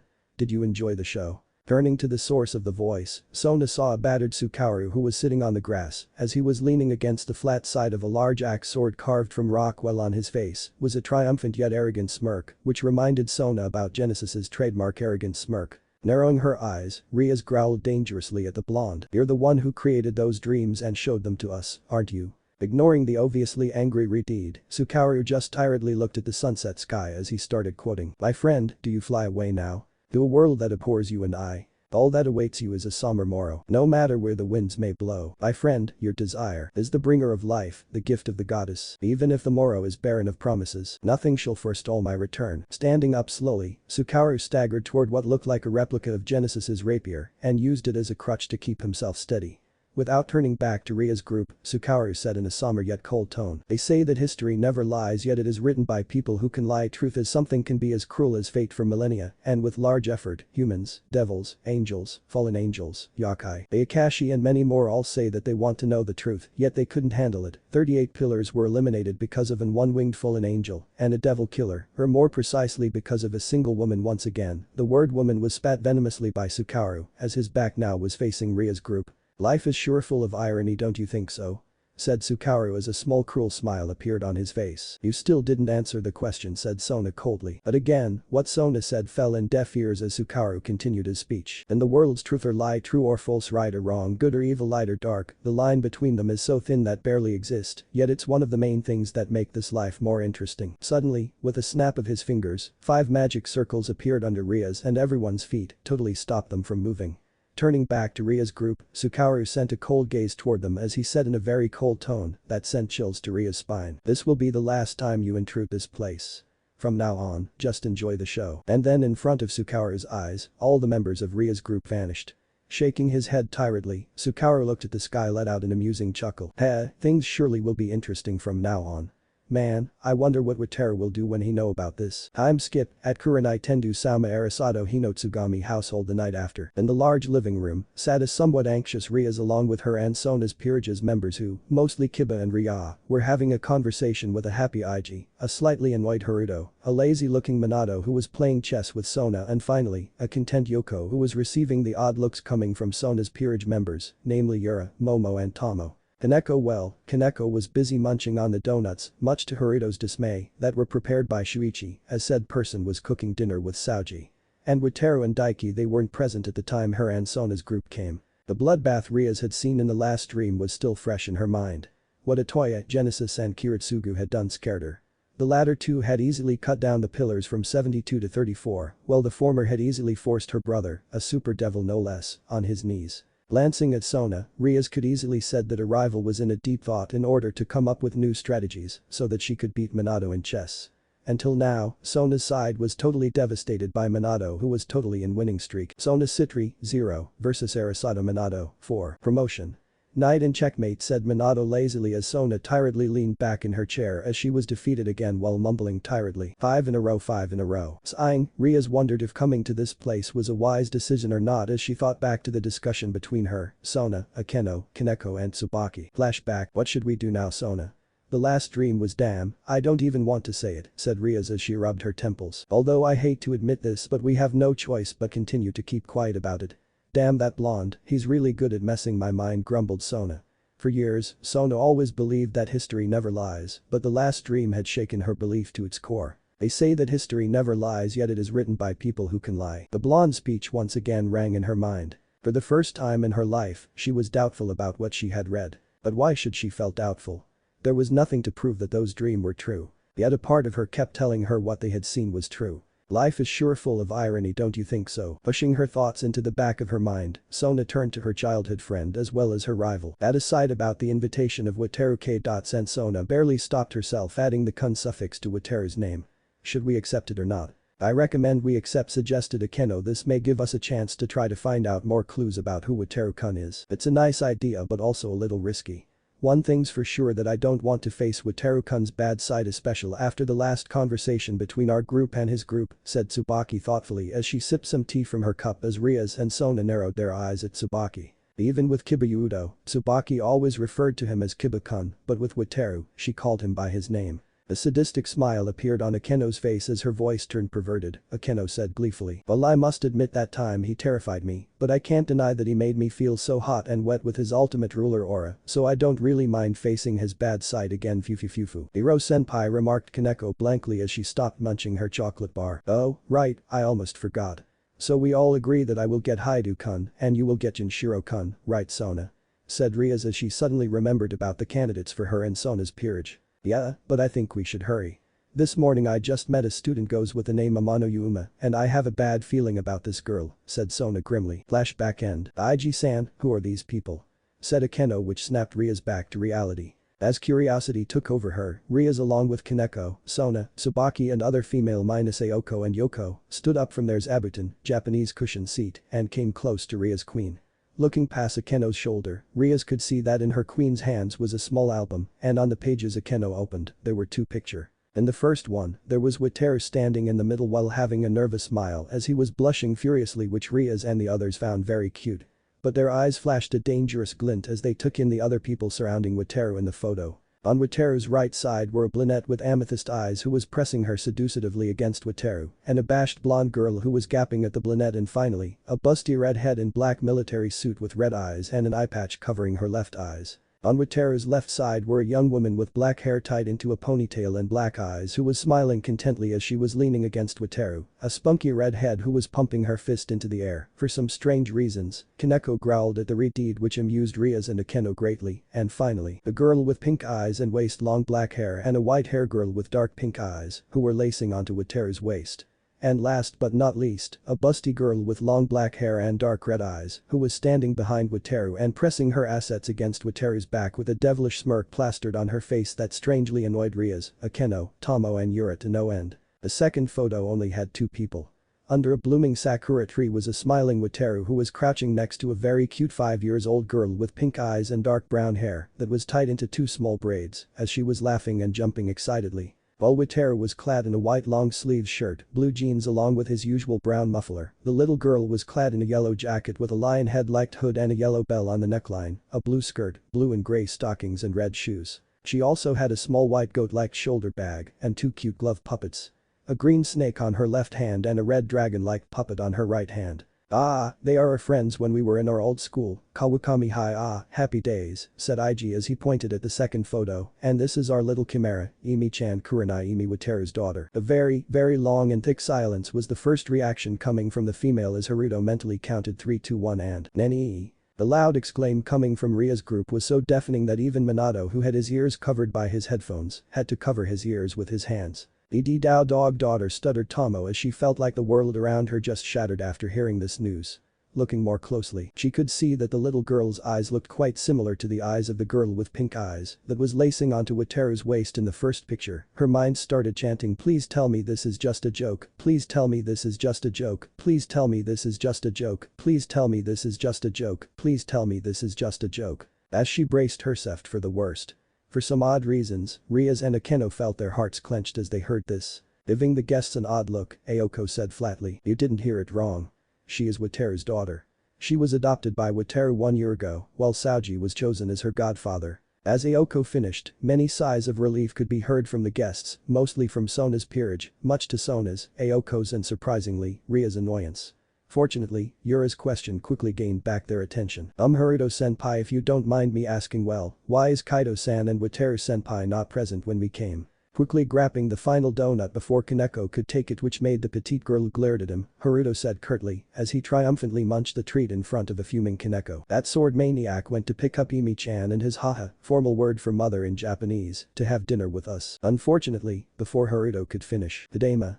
I'm home" in Japanese. The giggling sound and Wataru's voice echoed throughout the hallway as the guests finally took in what Haruto had just said. Wataru's adopted daughter and also his mother came here to have dinner with them. In merely 2 seconds, in front of the amusing look of Ig, Haruto, Minato and narrowed eyes of Ayoko, all the female guests, and even Kaneko, quickly fixed their hair, clothes and their postures with a speed that could easily rival with the speed Haruto used when he literally devoured the donuts after 2 days, not touching a single one, or after an exhausting mission. After a few more moments, the shoji of the living room opened and revealed a smiling Wataru, standing along with a happy Imi, as she was clad in the same outfit in the photo, and finally, the most important person appeared. The final person was a stern-looking yet beautiful woman about in her late 30s and was a little shorter than Wataru.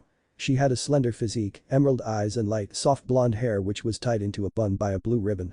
Her outfit consists of a white long-sleeve shirt with a blue ribbon tie, a long blue skirt and black stocking. The most important thing about this woman was that she had the kind of aura that screamed royalty and elegance. "You're late," said Yoko gently. "Ah, go Mina," said Wataru tiredly with his usual tired smile as he gave them a small bow anyway. "Welcome all of you to our humble house. This is my adopt daughter, Kurenai Imi." "Roar.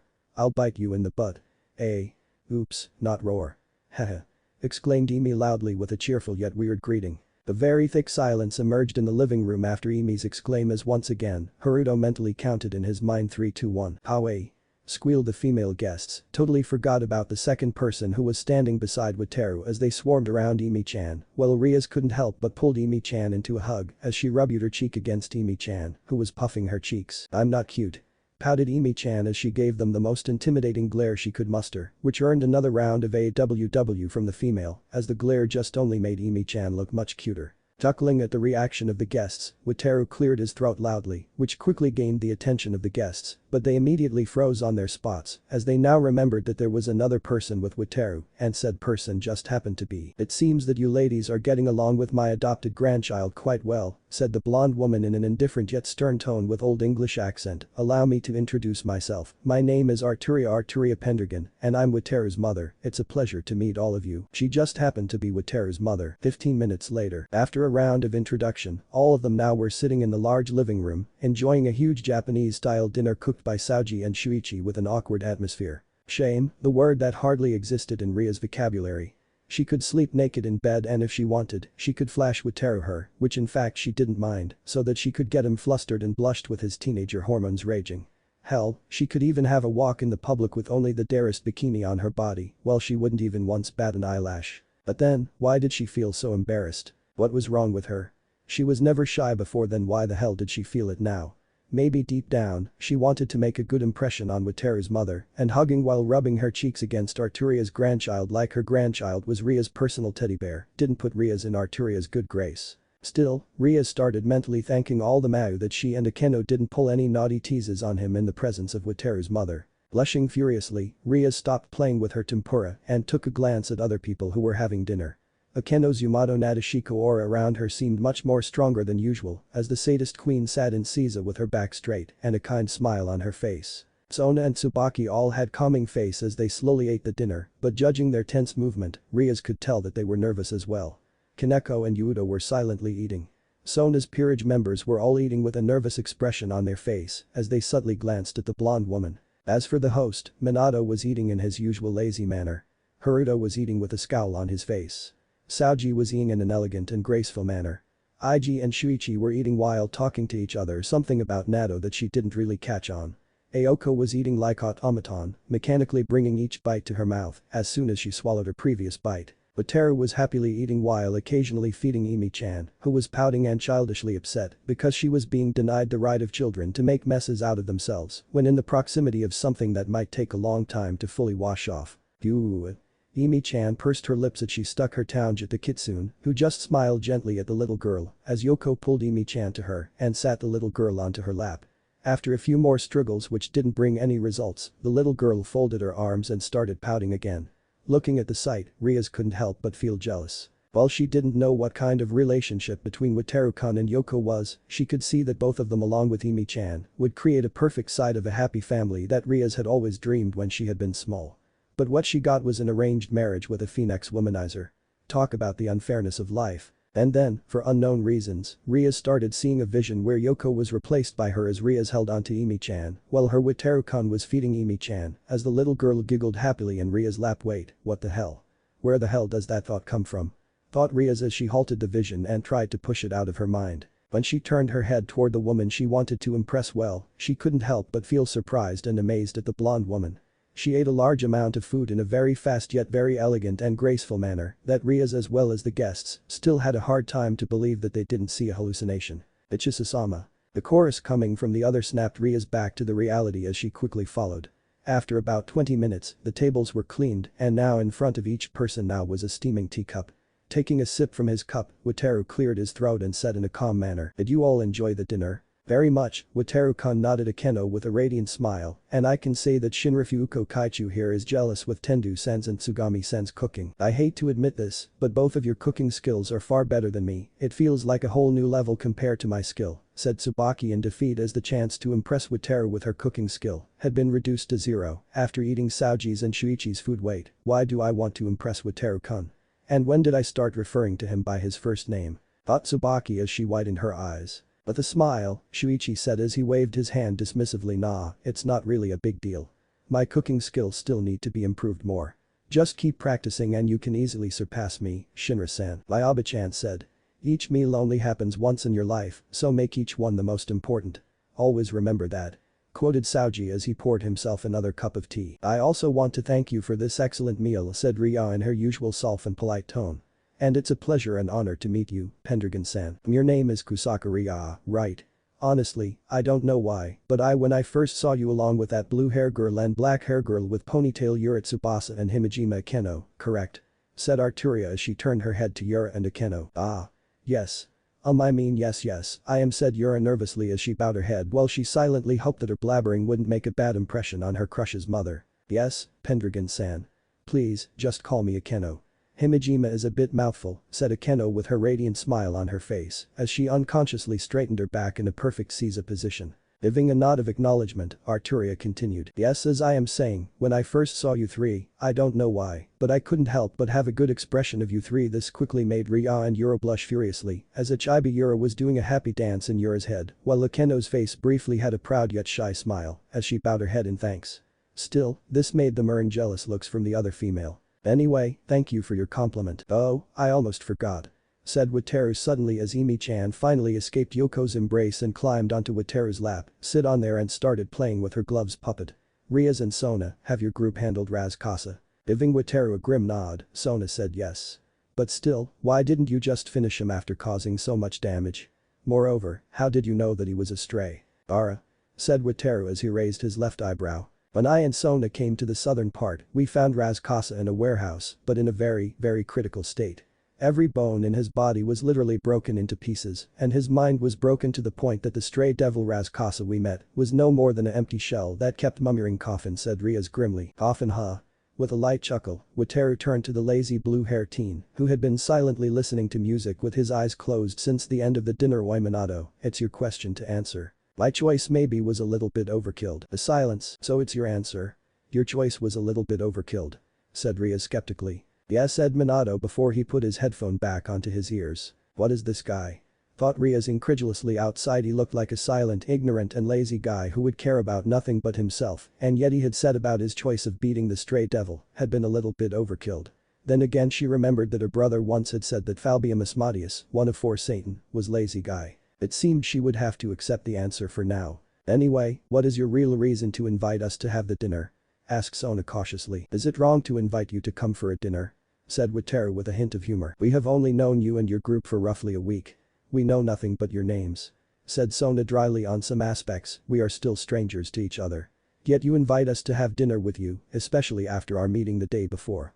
What is your reason? Yawn. It seems it's time to go to bed, my little chimera, said Wataru as he ignored Sona's question and cradled his little girl in his arms as Emi-chan let out a very cute yawn. If it wasn't for Arturia who was looking at Rias in her protective grandparent mode, Rias would jump at the little girl so that she could hug her like a teddy bear and refuse to let little girl go. I'm not sleepy, Papa. I don't want to yawn. Go to sleep. Despite saying that, Emi-chan started snuggling into Wataru's embrace as she curled up like a kitten and started snoring quietly.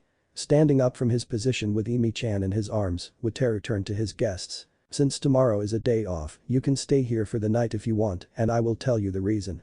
Yoko-chan and Aoko-chan, can I entrust you two with my Ka-san and the guests? Don't worry about it, Wataru-kun. Just take a good care of her, said Yoko, as both she and Aoko gently kissed Emi-chan on her forehead. She's right, Wataru-kun. Just take your time with Emi-chan. You haven't met her for a week and now you should spend more time with her. Said Aoko as she agreed with the kitsune. She might not like the kitsune for her shamelessness, which reminded her about a certain shameless brunette in Wataru's old school. Yoko's caring nature was the reason why she was regarded highly in Aoko's eyes. Nodding his head, Wataru silently opened the living room's shoji without making any noises and left as his guests could only look at his back with mixed emotions. With Kaido Daiki standing in front of 10 unconscious devils on the ground, Daiki smirked at them as he took out his dinner, consisted of a box of makinouchi prepared by Shuichi with a bottle of jinmeicha prepared by Saoji, and started eating. You're late, old hag, said Daiki as a gap appeared and Yukari stepped out from it. Watch your townge, team, said Yukari dangerously as she summoned 10 paper talismans and slapped each of them on each devil's nape of the neck. Within seconds, the talisman sank under the devil's skin and disappeared without any traces. Fu, it's done. It's lucky that they haven't reported anything to there. They will remember nothing relates to Wataru-kun and his group, as well as ignoring my Wataru-kun's presence. My Wataru-kun surely is a genius, as he realized that there is no way 2 heiresses of 2 clan would be in charge of this territory without protection. Wataru-kun will be very pleased about what I did for him, gushed Yukari like a teenage schoolgirl, while Daiki narrowed his eyes. If someone asked Daiki what words were suited to describe Yukari, he would go for mastermind and manipulative. Her superhuman intellect was something that Graia and Alaya could easily deem a threat to Akasha. She declared that she loved Wataru, but from what Daiki gathered, her love for other people, usually in terms of how one would love a tool they own. Despite being informed this information by Daiki himself, Wataru decided to trust the Gap Yaokai. Snapping her paper fan closed, said Yaokai turned to Daiki, who was drinking his jinmeicha, as she said with a mocking tone. I have finished my part, thief. Now, can you please be a gentleman and bring these guys back to where you captured them? I have to go to see the missing ace. Have fun. The missing ace? Just what are you planning, Gap Yaokai? Thought Daiki as he gulped down the remain of his jinmeicha. Unknown place. Looking sadly at the waning moon in the night sky, a humanoid figure who was standing on the grass field let out a sigh. If one looked closely, could easily see the figure was in fact a slender yet feminine girl with fair skin, short black hair, dark blood red eyes, and 2 large black cat ears on top of her head. She was clad in a short violet kimono that revealed her shoulders, white stockings and black high sandals. She also had an old pocket clock hanging on her obi and a small crimson leather neck strap on her neck. Letting out another sigh, the girl started singing as she reminisced about a certain blonde. Play music. Yum to Hazakura Sara Sakura U version. Kono ka wa no nagareru ga gatoku, that river flowing like no other. Adeakan I naro ga kakoru, hear its gentle sound. Ukukaze ga hm wo nadi daiku as the wind strokes my cheek. Natsukashii amoid ga najimu, my cherished memories blur. Who are you? What's your name? I'm Kurohim Kiyoshi Kurohim. I'm Naruto. Namikaze Uzumaki Naruto. Baruka Neru Sarawa, the sky becomes so far away. Myun wo saku imnai, it seems my heart is falling apart. Basareka keta kyoku wo samasu, the forgotten memories are starting to awaken. Afuraru wa namita overflowed with tears. Hurray, you don't tease my ears, Naruto kun. I just can't help it, Haim-chan. You looks just so cute with these ears. Really? Of course. Why would I lie to you? You're one of my first two friends. I will never tell a single lie to you. Shiroi Sakura no Hana no Kasetsu wa, the season of the white cherry blossoms. Nkuyum no Nakan I date comes only in a distant dream. My Chiru Hanabira no Saseada, as a petal from a blossom falls it murmurs. Basurararanai Katoba, words that can't be forgotten. Where exactly are we going, Haim-chan? Here it is. Look, Naruto-kun. The sakura tree is blooming. Wow, it's so beautiful. Just like you, Haim-chan. Really? Of course, Haim-chan.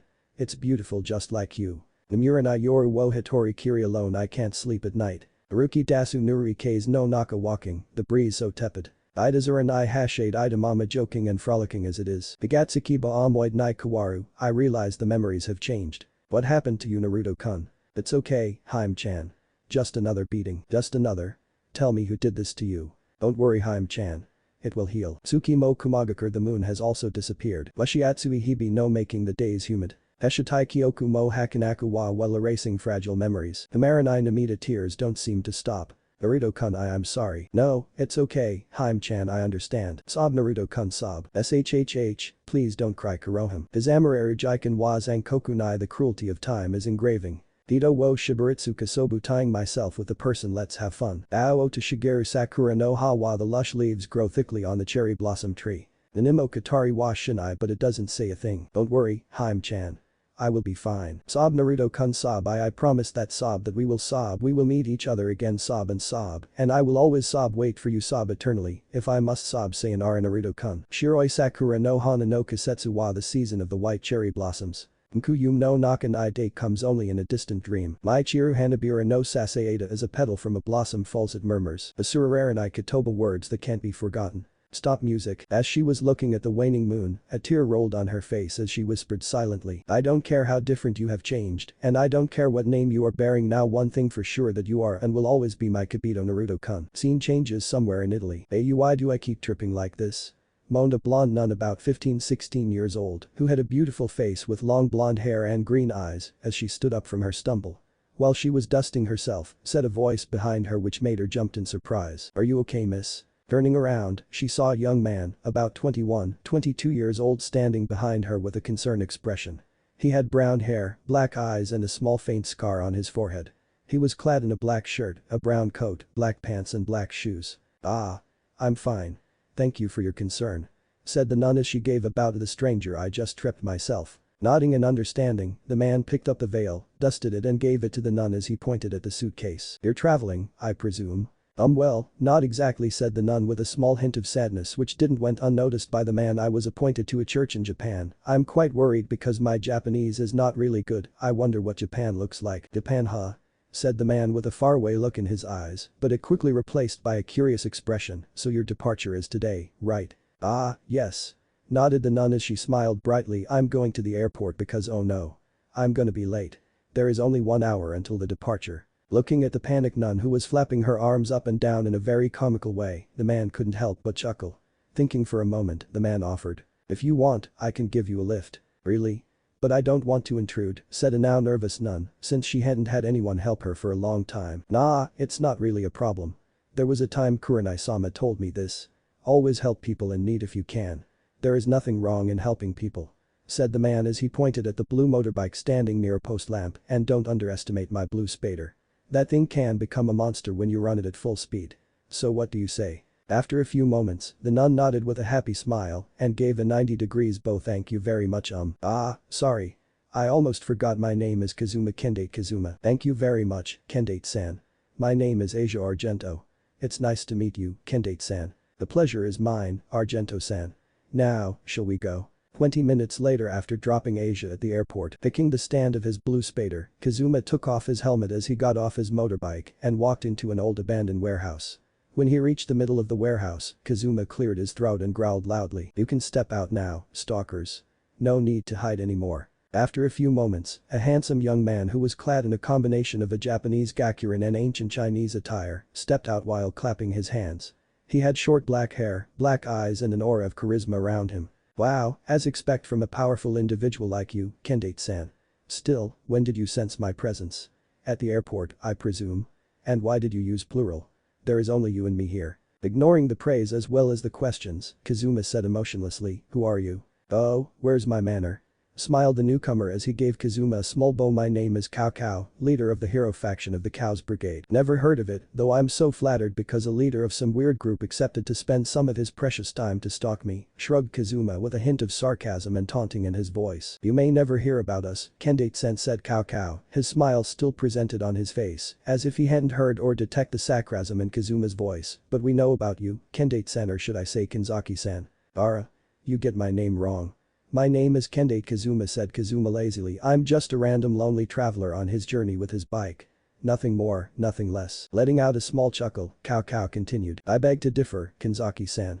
My leader knows you very well, Kinzaki Kazuma, the lieutenant of Emiya Kiritsugu, the devil killer, the ace of dark Kiva and the card warden, am I right?" Snorting at the smiling Kuoh, the now identified Kinzaki Kazuma said warily, "So you know about my identity. What is the reason for you to come here?" "Ah, yes. The reason I come here is to invite you to join our hero faction of the Kuoh's Brigade.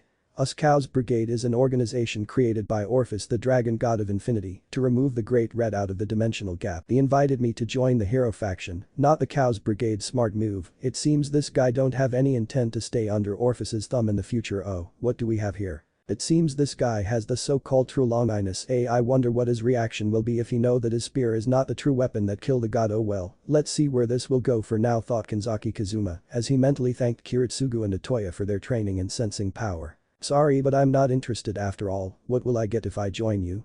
Not to mention that I have no interest in fighting an overgrown red lizard for no reason. I can offer you a chance to fight and protect the defenseless," offered Kuoh as he nodded in understanding. This made Kazuma snorted in his mind. "Sorry, but still not interested," said Kazuma flatly. "Find someone else, but thanks for the offer though. Play music." Kakisei, awakening, Ricky. "Sorry, but I insist that you join our faction even if I have to use force," said Kuoh. "Sorry, but again, I'm not interested," said Kazuma lazily as he turned his back to Kuoh and started leaving. Suddenly, Kazuma's survival instinct flared to life as he rolled to the side and barely dodged the spear Kuoh brought down to him, as the spear created a large crater where Kazuma just stood a second ago. In less than half a second, a strange saber with a box-like crossguard which had a spade symbol on the front materialized in Kazuma's right hand as he held it in reverse grip, just in time to block the next hit of Kuoh. Pumping prana into his muscle, Kazuma knocked the spear to side with his odd-looking saber and aimed a roundhouse kick at Kuoh's stomach with his right leg, which was easily caught by Kuoh's left hand. Suddenly, Kazuma impaled his saber into the ground as his left hand grasped the handle of the spear. Twisting his body in the midair while using the spear's handle as a strong point, Kazuma spun in the air and threw a powerful heel kick at Kuoh's head, which knocked the leader of the hero faction back. As Kuoh still stumbled because of the shock came from the kick, Kazuma quickly grasped his saber, rolled out the card holder from the crossguard, and took out 3 cards from it. Kick. Thunder. Mock. As Kazuma swiped all 3 cards on the saber, Kazuma's energy flared to life and flooded his body as lightning and electricity started covering him from head to toe.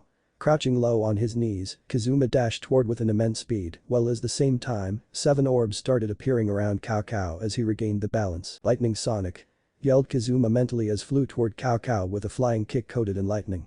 As the kick made the impact, it created a large explosion and destroyed everything in 50 meters around the place where the kick had landed. Panting exhaustingly, Kuoh leaned against a very old wheel-less tractor in the warehouse as he looked at the screen of smoke where Kazuma's lightning flying kick had made impact while cursing his overconfidence and arrogance that led him to attack the ace of dark Kiva. Lucky for him that he had achieved his sacred gear's balance breaker just 2 days ago, and it was also through sheer amount of luck that one of his 7 treasures, Malinatana, materialized just in time to let him use its ability in the last moment to redirect Kazuma's attack to a bunch of old steel barrels near where he stood. But since the power of Kazuma's attack had been too large and Kuoh still hadn't got used to using his balance breaker, it had taken him 80% of his magic pool to fully redirect Kazuma's attack. Now thought pant that was close pant damn my pant arrogance pant it seems pant I have to pant retreat pant for now, panted Kuoh exhaustingly as he started creating a magic circle, while at the same time, he started pouring the remain of his magic energy into his Bulineaka Ratana, his most strongest attack with the most destructive power, so that he would have something to counterattack if he was attacked in surprise.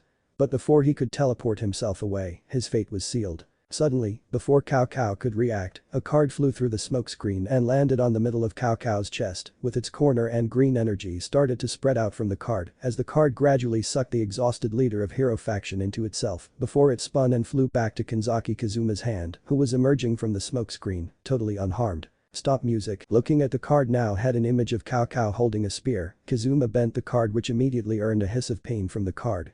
With another forceful bend, a louder hiss of pain could be heard from the card. You know, back there Kiritsugu senpai and Genesis senpai gave me a nickname Origami Torture, and since it seems you don't understand the meaning of a refuse, I will let you know why I was given that nickname, and what happened next would forever scar Kuoh to life. Kanzaki Kazuma started making an origami crane with the card that had Kuoh sealed inside. As the process continued, cries of pain could be heard from the card after each time the card was folded. And when the origami crane was finished, cries of pain now changed into very small whimpers that one had to strain her ears to hear. Putting the paper crane on the warehouse's floor, Kazuma said to the whimpering paper crane, "No worry, 3 more hours and the card will disintegrate and you will be unsealed." And then Kazuma's voice turned demonic still, "A message to you. Prepare to start again from zero and it will be much harder than the first time. And that I can guarantee with my own head." With that, Kazuma turned around and left the warehouse. But as he reached his motorbike, he suddenly spun around and slashed what he sensed behind him with his saber, but to his surprise, his saber was stopped by a paper fan, as the paper fan's owner was no one other than Yukari as she said with an amusing tone. Ara, it's very impolite and rude to attack a lady even with a flower, you know that," said the one who just stopped my saber with a mere paper fan. "Stalker," said Kazuma coldly, "who exactly are you and what exactly do you want from me? How blunt.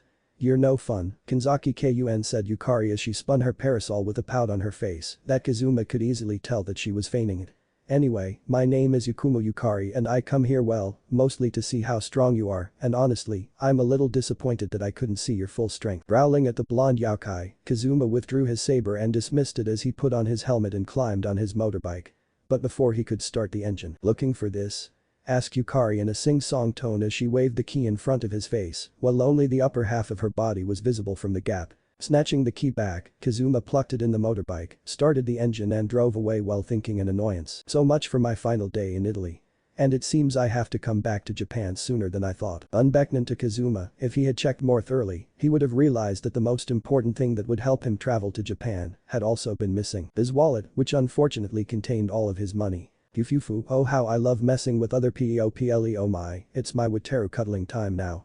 And Emi-chan came today. Today things just get better and better for Emi, laughing merrily as she put Kazuma's wallet away. Yukari opened a gap and stepped in with a gleeful smile that only promised only one thing: chaos. With the final stroke, Teru let out a satisfying sigh as he put his violin, the Bloody Rose, back into the case, and all his family's members, comrades as well as his guests, had already gone to sleep, so he didn't have to worry about disturbing them.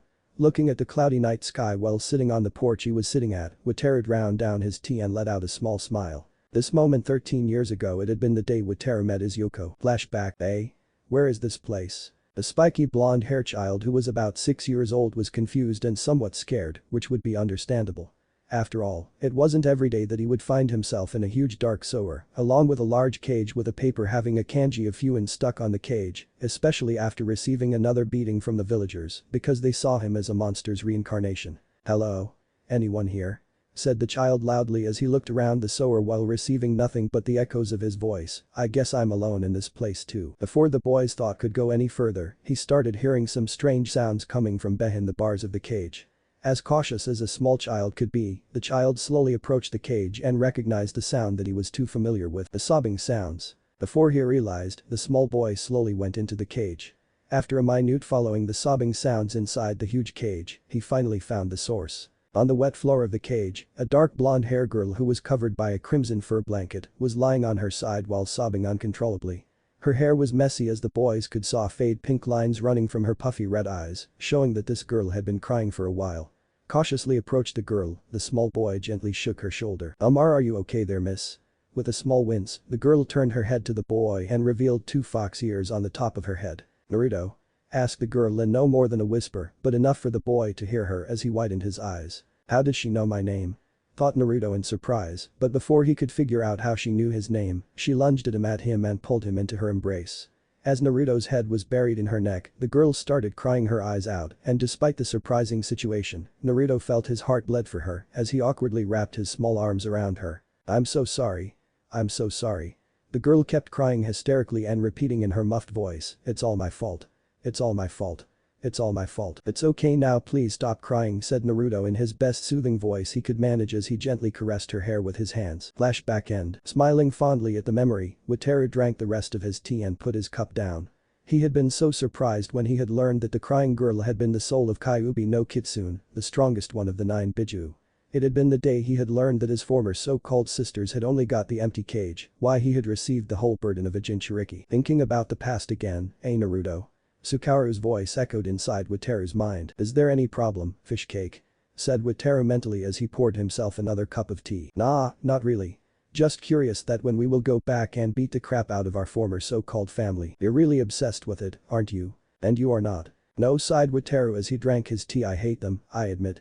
And I am quite sure that I will never be able to forgive them. After all, there are faults that can never be fixed or made up. The more fixing and making it up people do, the worse the faults become. And I never liked the idea of revenge. Don't you remember what our 2 cents said? Revenge will never give you the closure, it will only give you the seed of madness. You got me there. Though you can't deny that the idea of a little payback is very appealing, no. The best punishment, the feeling of regret maybe, no one will escape their own punishment. Smirked Sukaru in Wataru's mind, not to mention those bastards from the underworld. Ah, just think about unleashing a few Enuma Elish here and there onto them make me feel so excited and hot. Wow, my other self is a sadist, deadpanned Wataru. Woe for me. Humming from a closet, super sadist like you. What did you just say? Oh, nothing. Nothing at all. Good.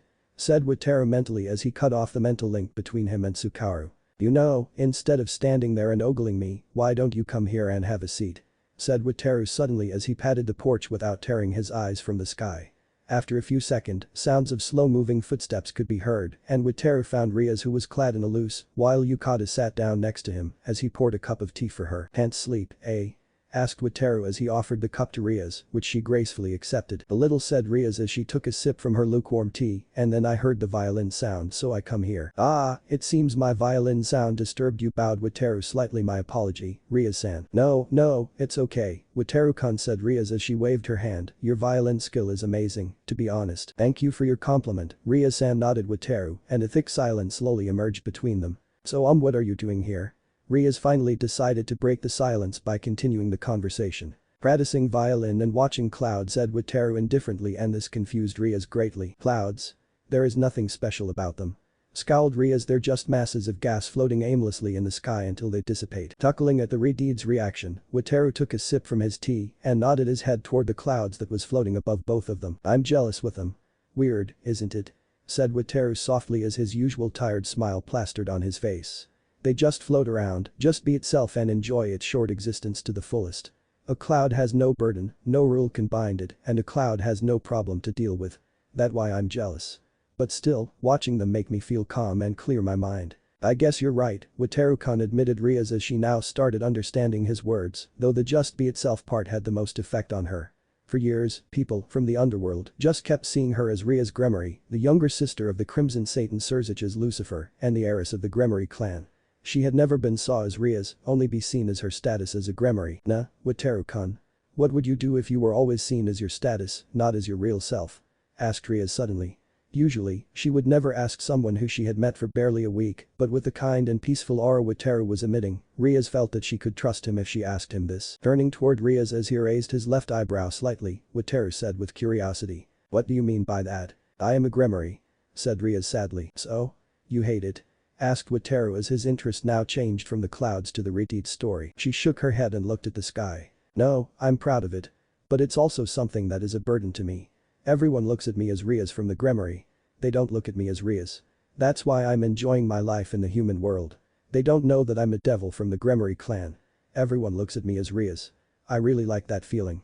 I never felt something like that in the devil society, and I never will. The only time I feel like myself is when I'm in the human world. Letting out a sigh, Wataru turned his eyes back to the sky as he thought with some sympathy. Her problem was similar to his past selves, though it was still much more easier than what he had endured in the past. Shaking his head to clear his thought, Wataru said softly. Years ago, there was a child. This made Rias perked up and turned to Wataru. People just kept seeing him as his status, not as himself. So he decided that he would prove himself and made people accept his existence. He kept trying harder and harder to make everyone see him as himself, not as his status. Despite failing so many times in his attempts, he kept standing up again and try again to prove himself and continue to walk on the path he chose with confidence. Every time he met a very problematic situation, he just laughed at it and tried harder. In the end, he finally succeeded and made everyone around him accept him and respect him for his own accomplishment. As Rias froze in her place, Wataru continued with a small yet strange smile. I'm not you, Rias-san, so I don't understand your circumstance. But if you want to know my answer, then I can only say this. Work harder and try harder to prove that you are Rias, not Gremory. If you fail, then try again until you succeed. Choose your path wisely and follow it till the end. If you can do that, then I have no doubt that you will succeed just like the child I told you, and your family will be proud of you as well as your accomplishment. Turning her head away shyly as she blushed while her heart started pounding in her chest, Rias said in a small voice. Do you really think I can? We may only know each other barely a week, but I have faith in you, Rias-san. Honestly, I don't understand why or how, but I just know that you can do it as Rias, not as a Gremory. Said Wataru softly with the same sincere smile that had been carved into her mind since the meeting in her clubroom. And thank you, Wataru-kun. Rias said her thanks shyly as she started feeling the butterfly sensation in her stomach, while her heart's pace now just gone wild as all her blood rushed to her face. You're welcome, Rias-san, said Wataru as his sincere smile appeared one more time. Appa. Suddenly, Imi's voice could be heard by Wataru and Rias as a few seconds later, Wataru's adopted daughter, who was clad in a cute blue pajama with her usual glove of puppets on her hands, appeared. Quickly running to Wataru, she climbed onto his laps and snuggled into his chest. Why do Papa leave Imi sleep alone? I don't want to sleep alone. I want to sleep with Papa. But Papa leave me to sleep alone. Papa is so mean. I want to hear Papa sing lullaby for me, admonished the little girl cutely as she hugged her Papa with her small arms. Papa is so sorry for being mean to you, Imi-chan. Said Wataru as he held his adopted daughter in his embrace. Now Papa will gonna make it up for Imi-chan. You said you wanted to hear me sing lullaby, right? Okay, now close your eyes.